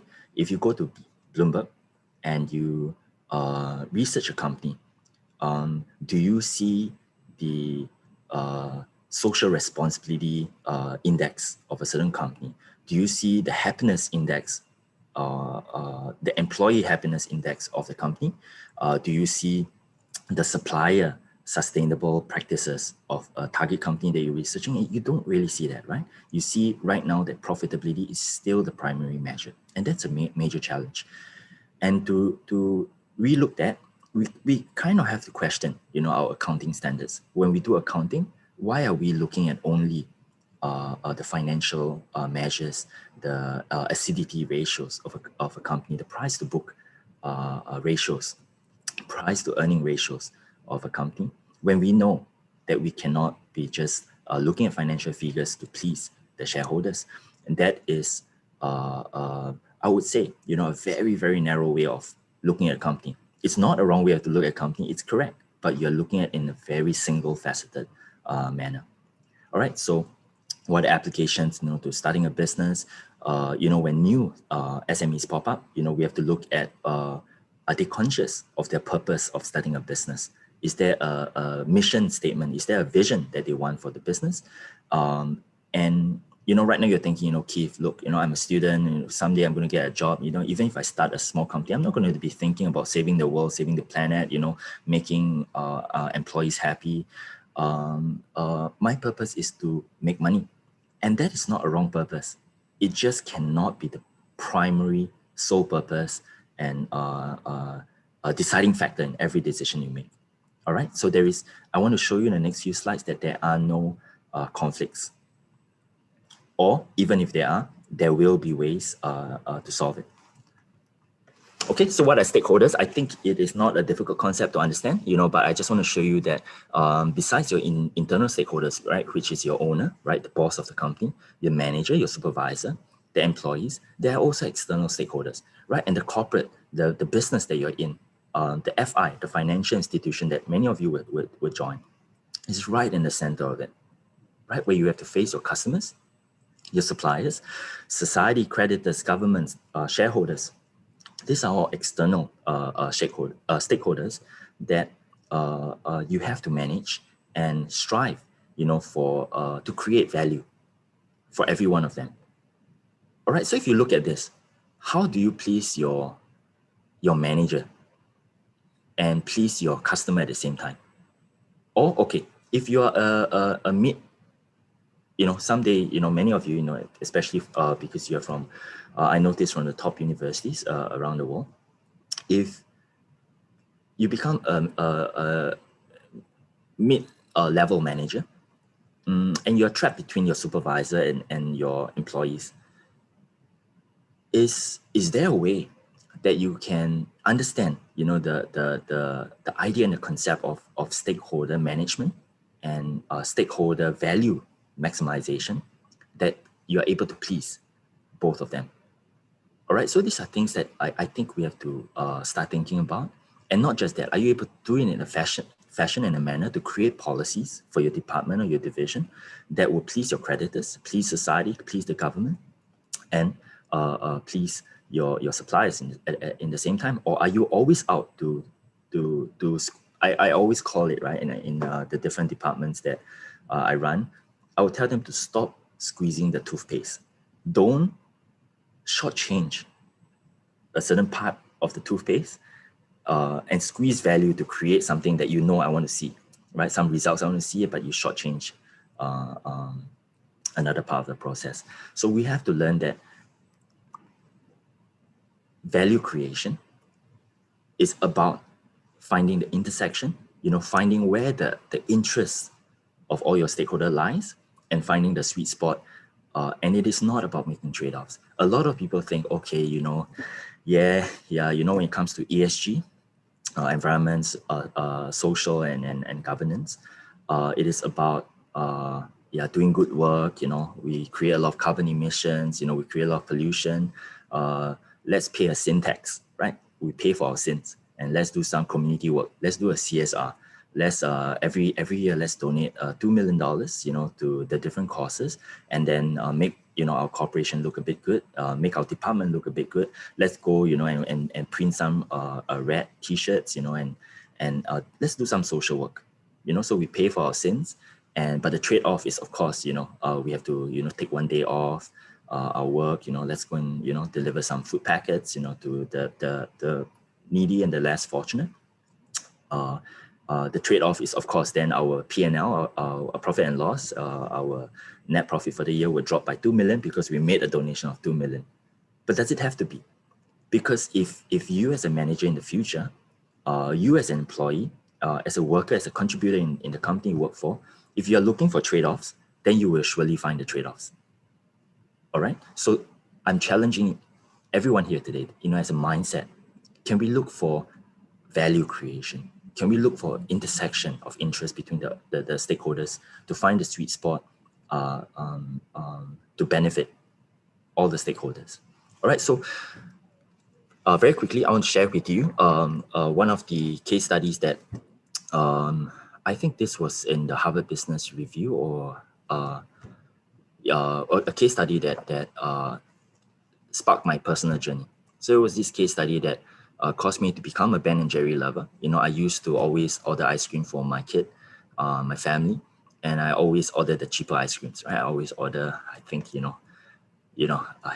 don't know, is it Magnolia or I don't know, right? So you order a tub, a few ice cream sticks we put in the fridge, the freezer, and then the family can take it when they want. And after learning about Ben and Jerry's journey, for those of you who are not aware, Ben and Jerry is a very premium ice cream brand that started in the US. And Ben and Jerry, obviously, the two founders, Ben Cohen. So this is a different Cohen from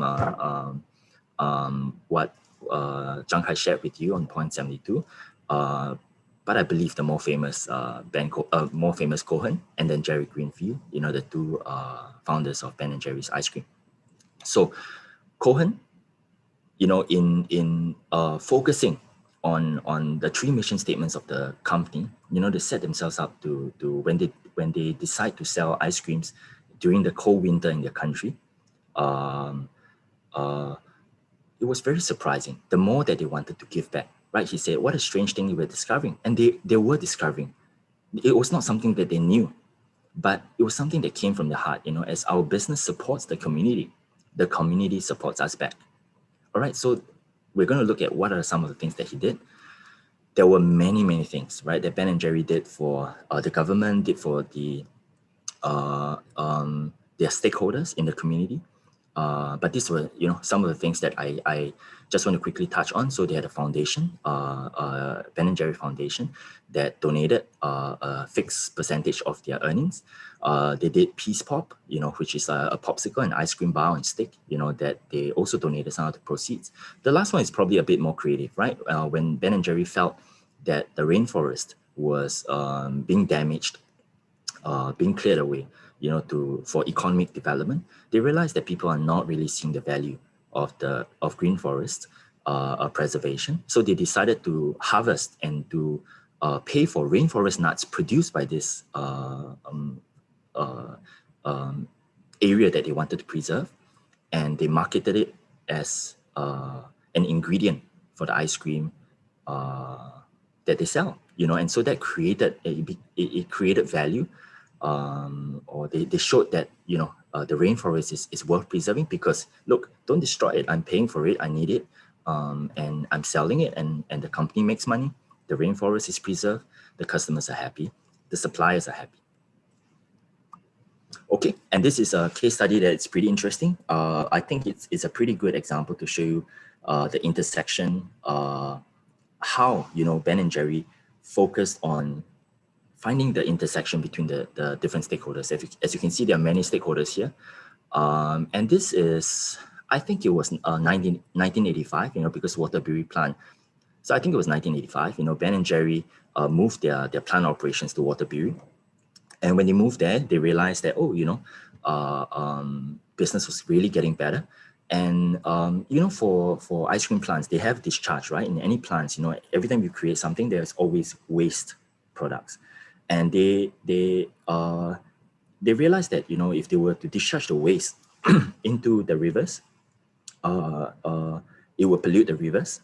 And in fact, in Waterbury, it was pretty good. There was a limit to the amount of discharge that you could discharge into the rivers. So what was the waste that came out from the Waterbury plant product? It's actually milky water. So it was milk, excess milk. It was drained away by water. So you kind of had a milky water. And they realized that, as they served the community over there by hiring for this Waterbury plant, and as they sold more ice creams globally, they were having at the point of time, not globally, but in America, they had increasing demand and they could not handle the waste anymore.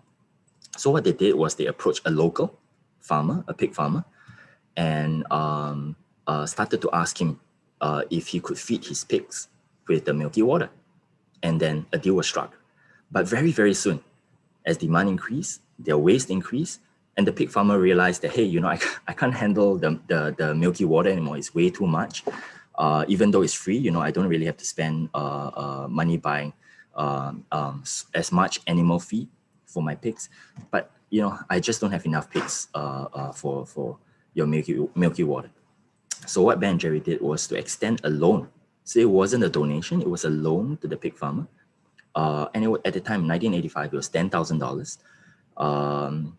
I think it was 1987, a couple of years later, you know, he extended a loan of $10,000 for the local pig farmer to buy 200 more piglets to expand the production of the pig farm.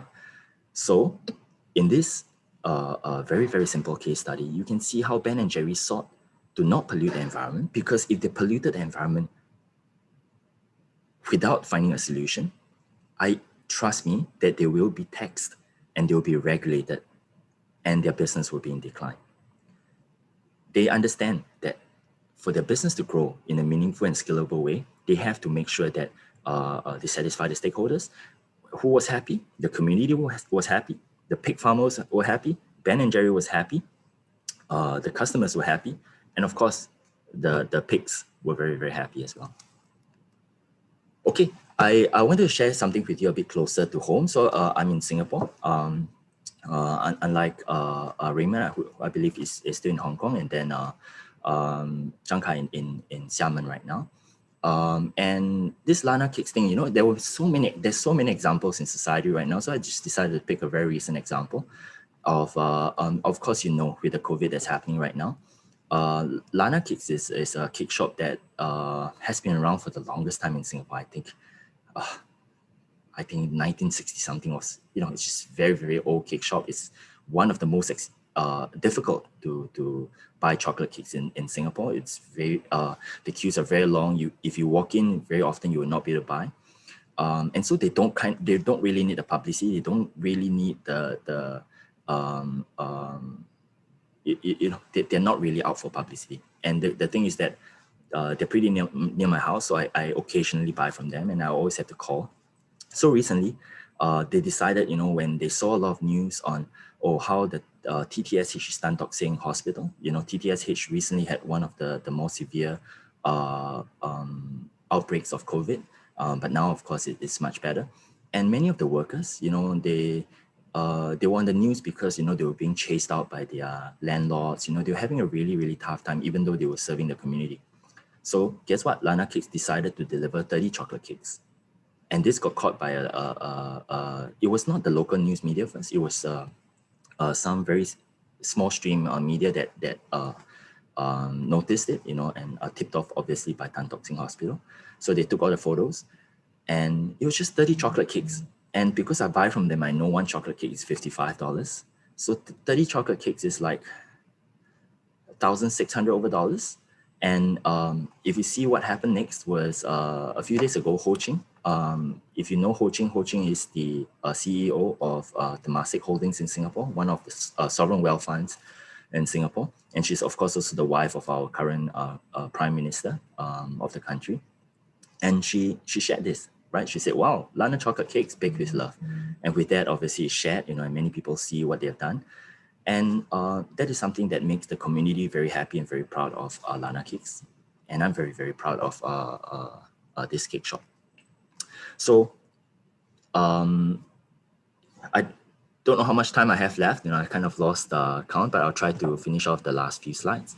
A bit closer to home, at OCBC, one of the three regional banks that's based in Singapore, and of course my employer. You can see the different news, right? In all these are the different newspapers. What we're doing in the finance sector, right? We are riding on the growth wave, you know, having a sustainable finance portfolio, 25 billion in so this is 2021 and 2026. We are targeting to be net zero, which means that globally, you know, the carbon emissions that OCBC produces, we are going to, in 2026, by 2026, we will make sure that we are net zero, which means as much carbon as we emit is how much we also, in terms of clean energy, we'll be able to offset it. All right, and then in the bottom right, you can see the MES which is our local regulator, finance regulator, Monetary Authority of Singapore, has also come in to appreciate, right? And they're one of the very important stakeholders, because if you are not, if you're financing coal-fired power plants, and that is something that, for example, OCBC 2 or 3 years ago, our group CEO says that we will stop financing any thermal coal powered plants. So if new customers come and say, oh, I'm a thermal coal plant, that's something that I'm sorry, I know it's very profitable to give a loan to you, but we would do without the profits. We are okay not financing it, and we'll stop doing this business. So is that hurting the shareholders? Is that something that the shareholders during the annual general meeting would say, hey, there's so much business there, why are you not doing it? If we continue to do it, we may please that customer, we may please our shareholders, but I guarantee you the regulators would come down hard on us, and it will cost us, or in your case, the company you work for, more money than it's worth it. Okay, and then just to quickly share with you, every company will have different pillars, sustainability framework. This is basically our strategy, the different pillars. You can see that, and this is in our annual general report. So you can see that, we are putting customers first, building a sustainable future. So that is the S part of ESG. I think in integrity, so this is fair dealing, which means that if there are customers that come and they feel that they are hard done by, or they've lost money in their investments, we have a good hard look at the sales process. We value our people, the talent, management that we do in the bank, and then we engage the communities. And then these are some of the sustainable development goals that we focus on. There are many that's outlined by, that's embraced globally, but here at OCBC, we focus on delivering 6 of them. Okay. Oh, and before I promise to share this, so it's very new, it just popped up, it popped up and I only saw it earlier this morning, that Google, for example, is going through a class action for paying, or allegedly paying female employees less by 17,000, in terms of average salary. And so this is something that they've gone through a class action, and is it worth doing that?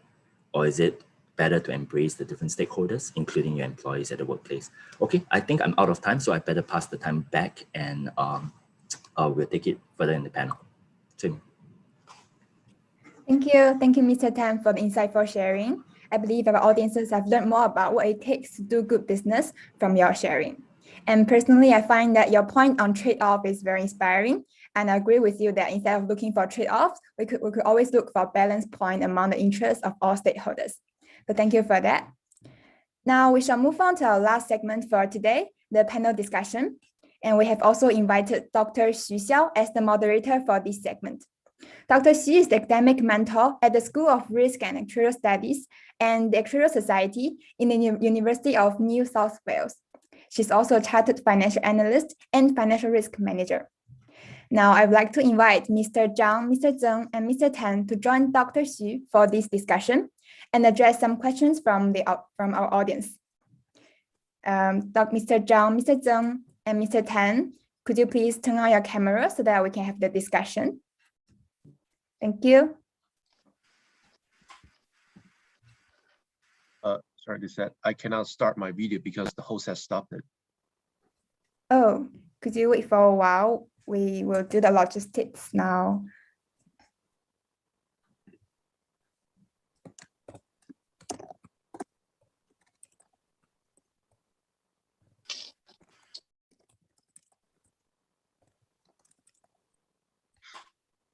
Great. So I think thank you for all our wonderful speakers, and we all learned a great deal, a lot, like new finance knowledge from everyone.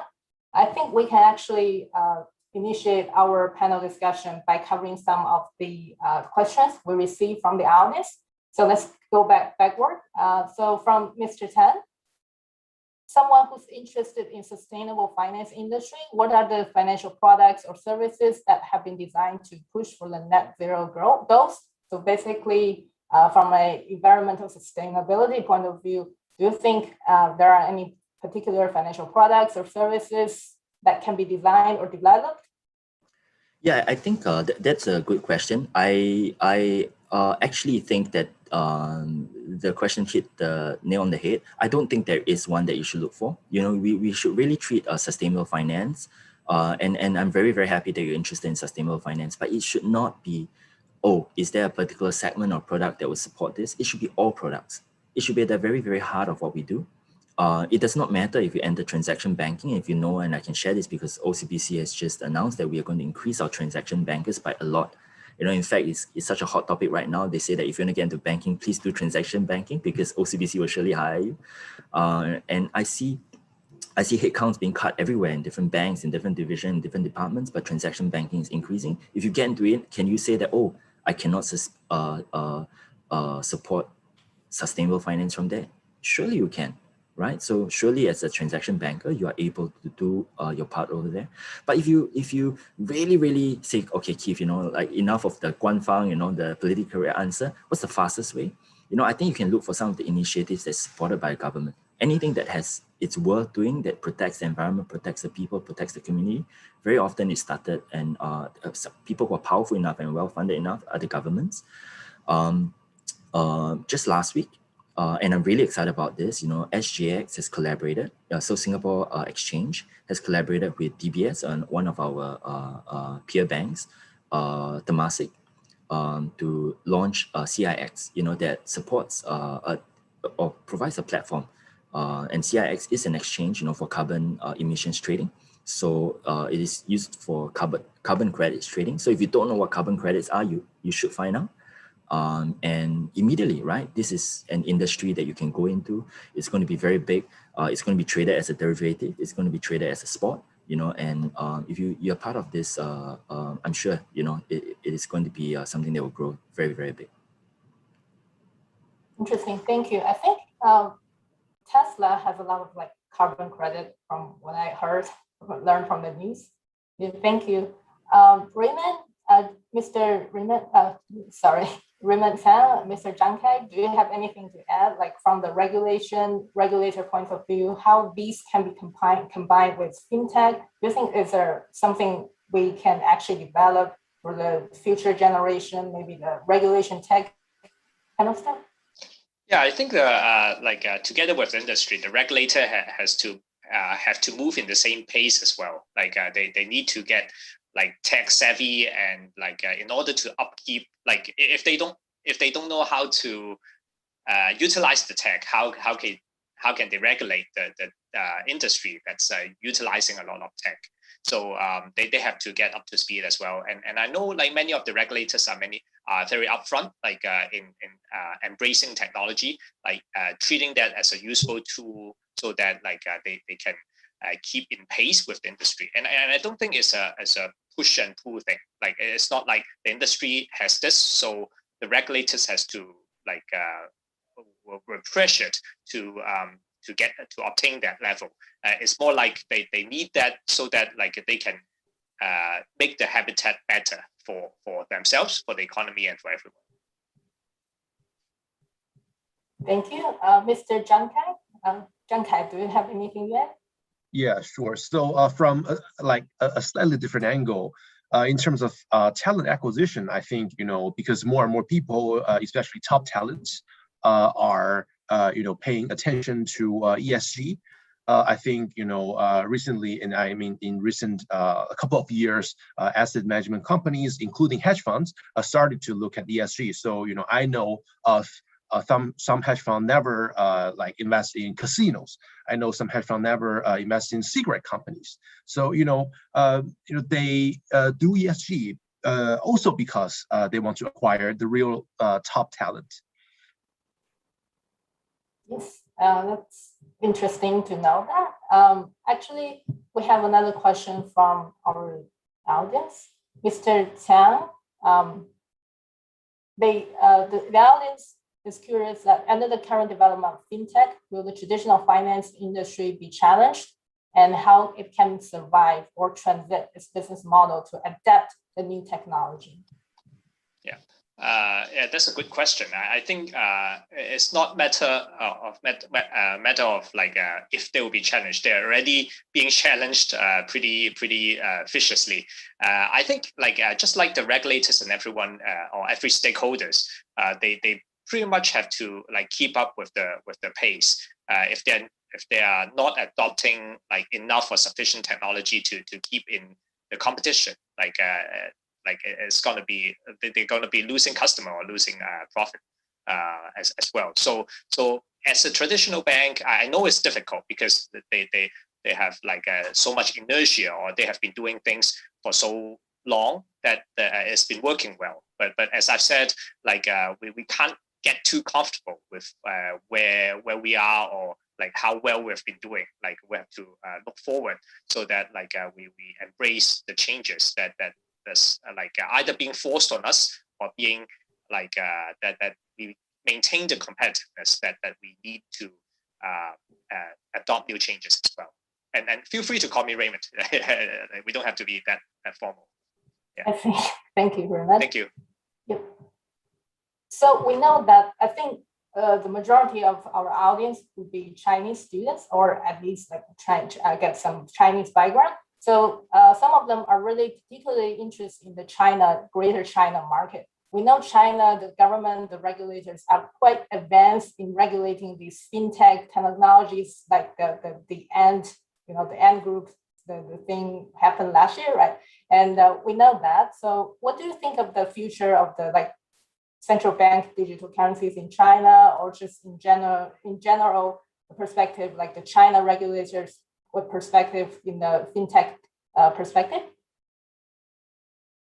Let's get started with Raymond.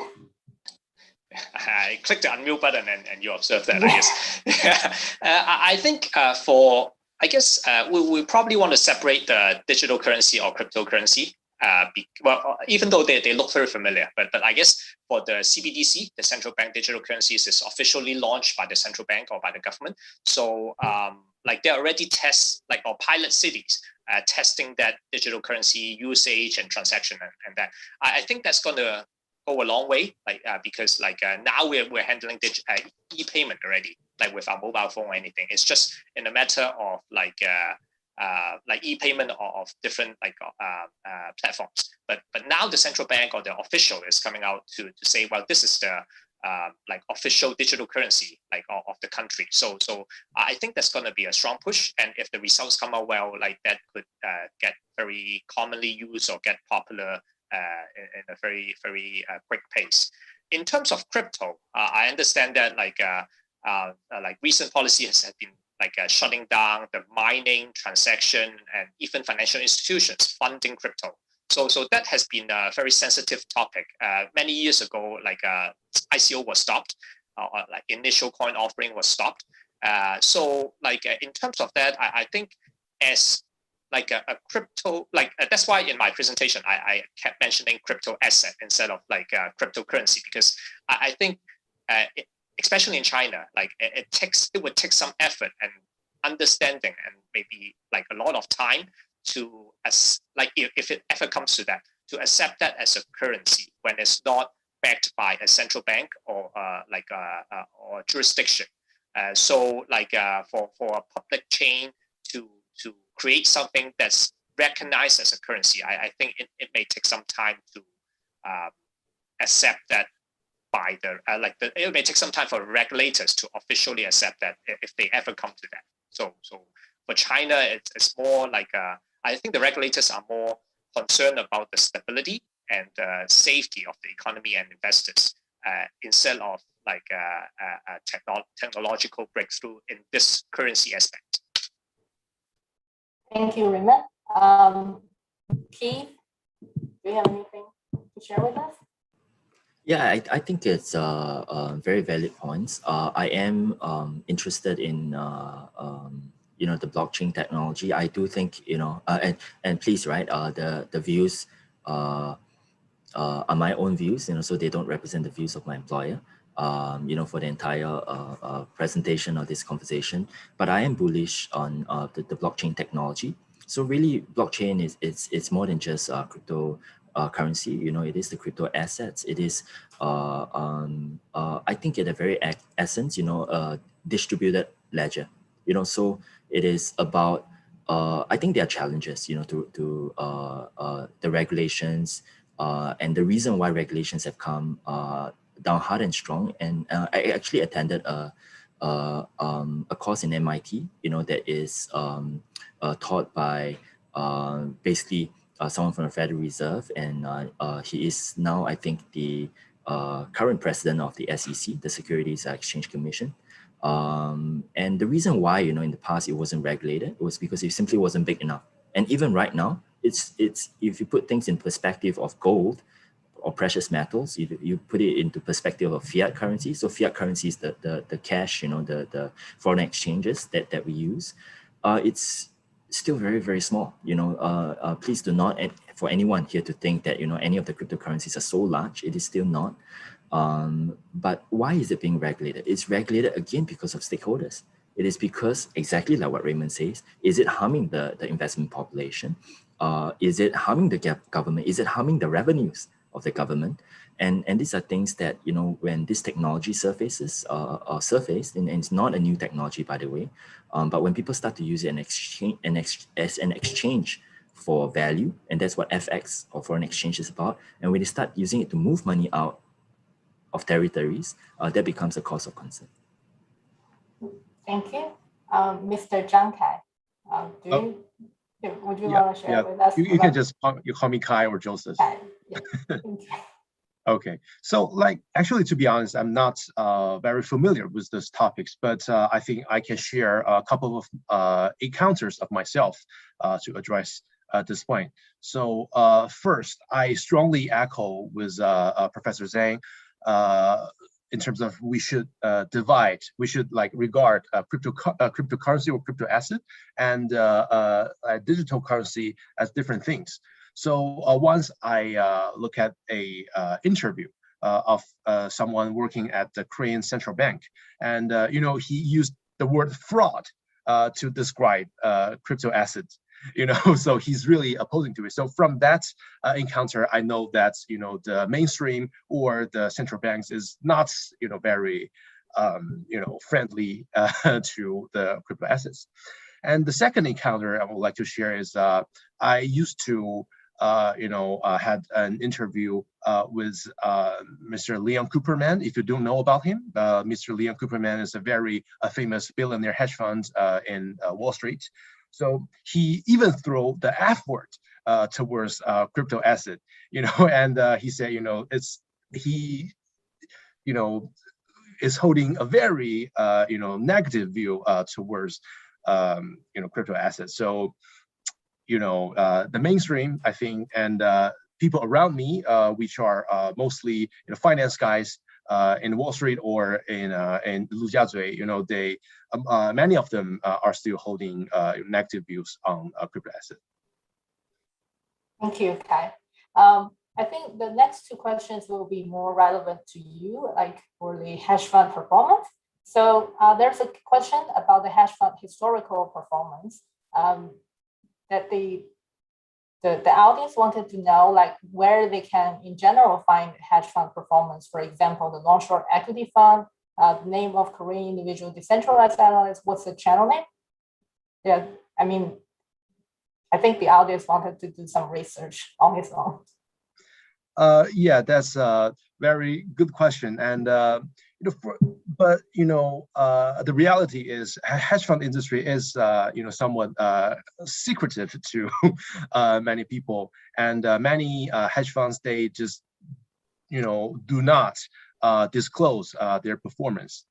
But you can still find some clue. For example, in the US, the big funds are responsible to disclose their major holdings in a form called 13F. So you can find those 13F files on the SEC homepage. Sorry, I'm not an expert in the domain. Is there any hedge fund index available for a particular Korean market? Yes. Do you mean Korean market? Yeah, I think that the audience specifically talk about Korean market, but is that available for every country, or in Asia in general? Yeah, I think there's the hedge fund industry issued by Credit Suisse of how the overall market is performing, and they sort of divided different type of hedge funds in terms of their performance.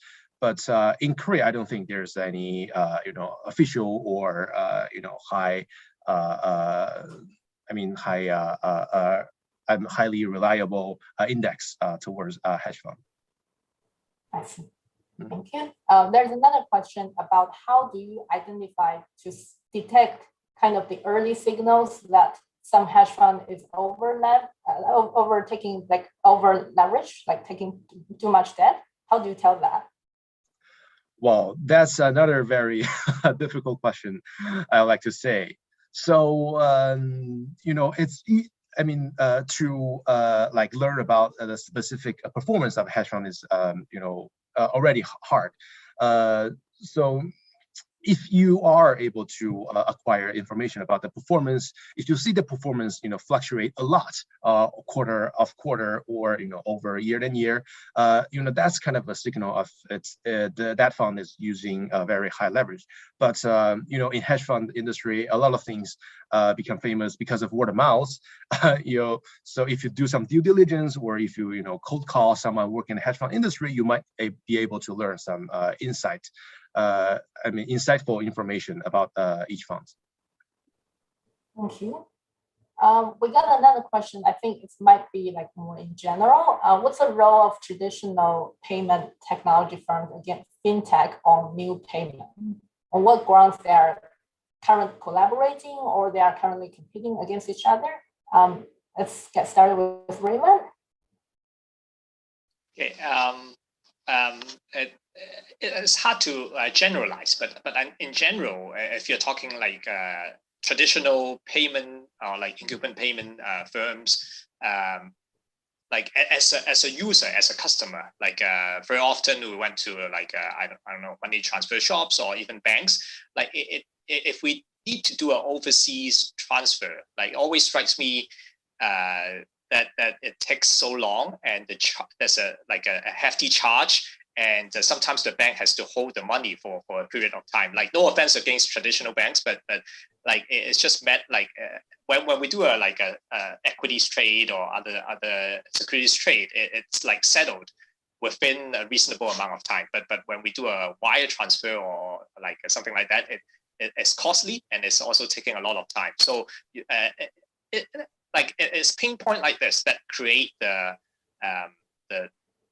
space or the urge to have like better ways or cheaper ways or safer ways of doing this. So I think in general, like when a traditional payment firm or like a banking institution is open-minded, they are probably looking to collaborate or even maybe work together, or sometimes when they have like a strong capital, maybe acquire the new technology of these like startups or the fintech payment system. Or like at least they'll be working very, very closely together to kind of like simulate that into their platform. So I think but it all depends on the mentality, or like whether they're like receptive to other ways of doing things, especially on money transfer or money or payments. Thank you for sharing, Raymond. Keeve? Yeah, I think there is no incumbent payment technology against fintech, and it is true that fintech is a disruptor, for the industry. I think we cannot deny that. But can fintech replace the incumbents? I think it is firstly not. I don't think it's what they're trying to do. If you notice, there are many fintechs that focus on one portion of banking, right? So I don't think there's a fintech right now that comes in to say, I'm going to take over the entire banking function, which is the savings, investments, trading, equities, structured products, legacy planning, custody. No, right? You see fintechs coming in to be really, really nimble, really innovative, really good at one portion of the banking process.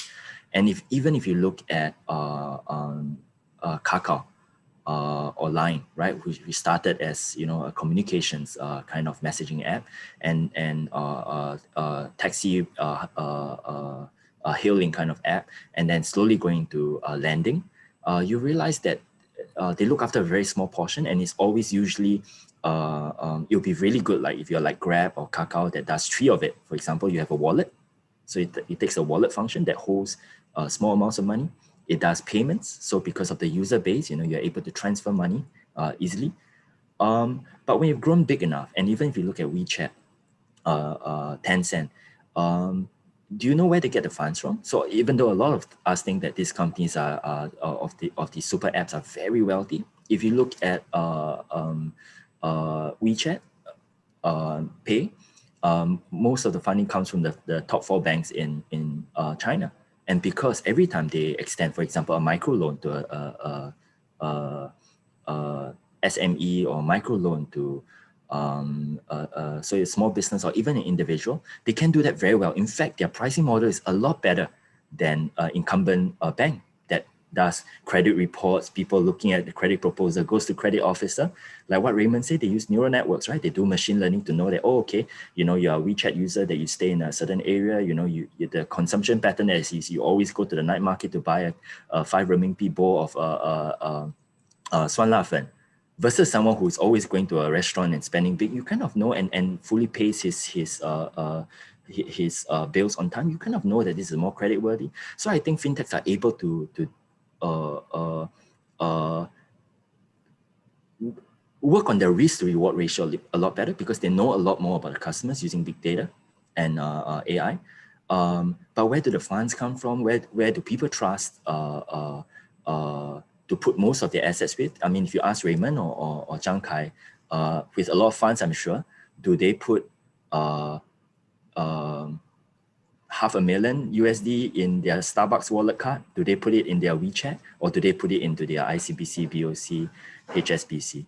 So I think the trust element is quite hard to replace, the security of it. But with that, when you have very big FIs, then comes a lot of regulation. The reason this Alibaba, Tencent, they are able to be so nimble is because they're arguably a little less regulated. So I you can't have the best of both worlds, right? You cannot say I don't want to be regulated, I want to be really nimble, and I want all parts of the bank. I don't think that's possible. Thank you, Keeve. I think we have enough sharing from Raymond and Keeve, like very inspirational ideas on how these fintech and traditional payment model are going to collaborate and compete. I'm wondering, Kai, would you want to share with us like how the role of technology in general, they can help the hedge fund business grow, and how it's going to cause a lot of change, and how China is adapting these changes? Okay, thank you. So maybe to respond to Mr. Tan's question, I don't put 500,000 in my WeChat because I just don't have 500,000. So I was just joking. Okay, so actually, from in terms of hedge fund industry, I also strongly agree with Mr. Tan that like technology can never play the 100% role in hedge fund industry. So I will make an example. So Professor Zhang has actually mentioned in his presentation that sometimes AI machine acts as a black box. You just don't know what's happening inside of it. So the most famous hedge fund that is heavily leveraging AI technology is Renaissance technology. The technology Renaissance, sorry. That fund, they had to intervene the trading process of the machine during financial crisis because the machine is making a very obvious wrong bettings like during these like special times. So to my point, that actually elaborated the point that I think there's always some role that the machine cannot replace like humans working. And in China, I'm not sure how to say it because, as I mentioned, the keyword of hedge fund industry is the freedom of using different tools in the finance market. But, because of, regulatory issues, there are just not a lot of tools that can be leveraged in Chinese market, in mainland Chinese market. So, there are just not a lot of hedge funds in mainland China. Thank you, Kai. We got another great question from the audience. So thank you for the speakers, all of you wonderful sharing. Could each one of you share your favorite particular books in the finance domain? Let's start with Raymond. Well, I think I'm gonna get a bit greedy and we'll talk about two books. As much as I talk about like fintech and technology, I'm still a very traditional like finance guy. Like I used to trade rate derivatives. So with that background, I find myself always putting this like I guess like reference book on my desk, like whether it's a trading desk or now it's like an office desk. In the academia world, is the Options, Futures, and Other Derivatives by John Hall. Like it's not the like most mathematical or quantitative book, but it's useful as a reference book if I need to look up a quick formula for like option pricing for exotic, for structured products. It's very handy. And another book is called which is like not entirely a finance book, but it's one of like my favorite like in the recent years, and I use that a lot in my teaching, is like a book from a Harvard professor, Professor Michael Sandel, like What Money Can't Buy, The Moral Limits of Markets. Like it's probably like echoes with a lot on what Keeve had said about like social responsibility and also like having a heart for the finance community. Like in the book, it talked about the like moral and ethics on like what we used to think can be solved by markets. Like and then like what's this limit that we can't use the market like a mechanism to price or to trade things. And I find that very insightful and enlightening. So here are my two choices. Thank you, Raymond. I totally agree that I think the John Hall, from a traditional theory, financial theory point of view, like John Hall's book is kind of the Bible in the field. And I'm also currently doing some research in deep reinforcement learning as well. But I do see that if you wanted to learn something really innovative, because it's quite largely like fast expanding research area, you'd better to go to the library to do some research and read more new recent papers that will help you to get a better understanding from the fintech domain and area. Keith, would you have any recommendation on your favorite finance? Yeah, I think so. But my books are really centered around trading, and then of course the risk to reward. So if you have interest to be a trader, there's actually a list of must-read Wall Street books, or texts people call it. But maybe I'll suggest one author that's a definite must-read. So it's a guy called Nassim Taleb. So there are many great books by Nassim Taleb. So I highlight two. The Black Swan is one of the books that you should read. It talks about how you think the impossible will not happen, but it exists. The black swans do exist, no matter how rare they are. And then the other book is Fooled by Randomness. So a lot of people who think they've achieved success, including let's say myself, and we think we are really capable and we deserve the win. But how much of it is randomness? So just to leave you food for thought, right? So right now, you and your friend goes for dinner, and it's $100 dinner, and you decide to flip the coin to see who pays for dinner. And you won the bet. So your friend has to pay $100 for the dinner. And then you say, yes, I didn't pay anything for my meal. But Fooled by Randomness suggests that you actually already paid $50 for the meal. So, think about it, because it would help you not just in trading or in finance, but it will help you get a better perspective in life. Thank you, Keith. Thank you for sharing. Kai? Thank you, Mr. Tsang. And I'm currently reading Anti-Fragile by Nassim. So it's also another very good one. So for myself, I mean, as a member of the Columbia Business School community, I kind of feel responsible to recommend something written by Warren Buffett, which is also alumni of our school. All of his shareholder letters are definitely worth reading. And so after reading all those shareholder letters of Berkshire Hathaway, I kind of think that Warren Buffett is not actually a investor, a master of investment. He's actually a master of corporate finance. So if you want to run your company, reading his shareholder letters will also be very helpful. Thank you, Kai. I think we are almost run out of time today. And I think, well, I just wanted to have one last final question for all of you guys. Since we're still under the influence of the COVID, since the COVID, like a lot of countries have to shut down their borders, especially like in our Australia. And also, I think the people's working pattern has changed might be permanently. Like it started to work from home and reduce the travel time. And particularly, how do you think like COVID-19 has impacted your talk or like your theme, your topic today? And what would you want to share with our students, like how it's going to impact their future in their job seeking, like their future work? Would you want to, what you can tell them? Let's get started with Raymond. I think like, well, there are things that we can change and there are things we cannot change.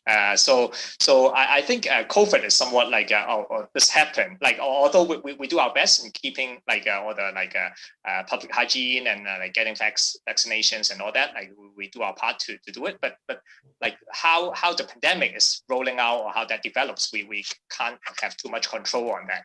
So with that, like we have to recognize our limitation. But at the same time, I think it may also have created opportunities for these the fintech components to speed up. Just like for many conferences, we used to have like physical meetings. Now, like with the COVID situation, we developed like online meetings, or we're holding this on a Zoom platform, like encouraging like the use of technology. And I think in the finance segment, like because people can't go to banks or there are less human interaction, it probably like have done something to speed up the development or the adoption of technology in solving problems when people need to work from home or to trade from home or to like perform their like financial analysis, do their auditing work from home. Like it's going to like introduce new ways to keep people in their jobs doing their work. Thank you, Raymond. Keeve?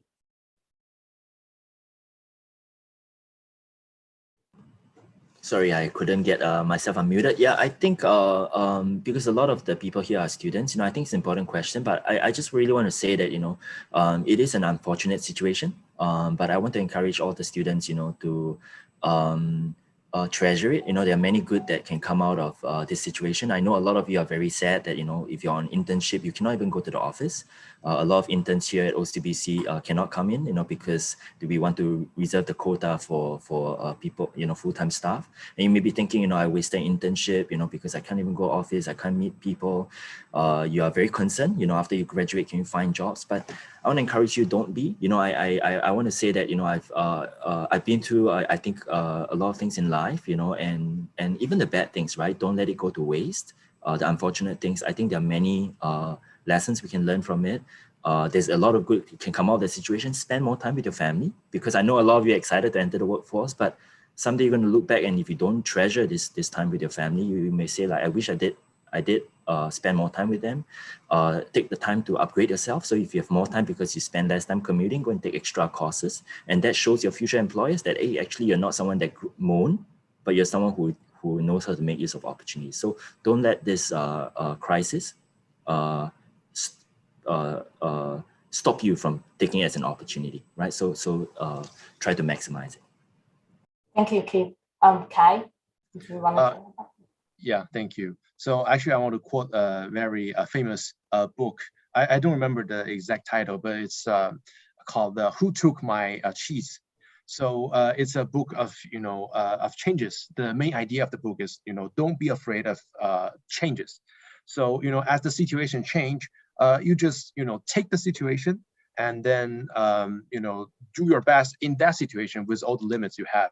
And then I'm sure because I think most of the students today are from like top tier universities, I think they will be fine. Just do more Zoom calls and cold call the executives of the companies you want to have a chat, you want to enter on LinkedIn, those kind of things in like this area, you will be fine. Thank you, Kai. I think we have all great discussions and we all learned a lot. And thank you really very much for your insights. And I really appreciate your time and efforts supporting the event, supporting students. And let's head over to our organizers.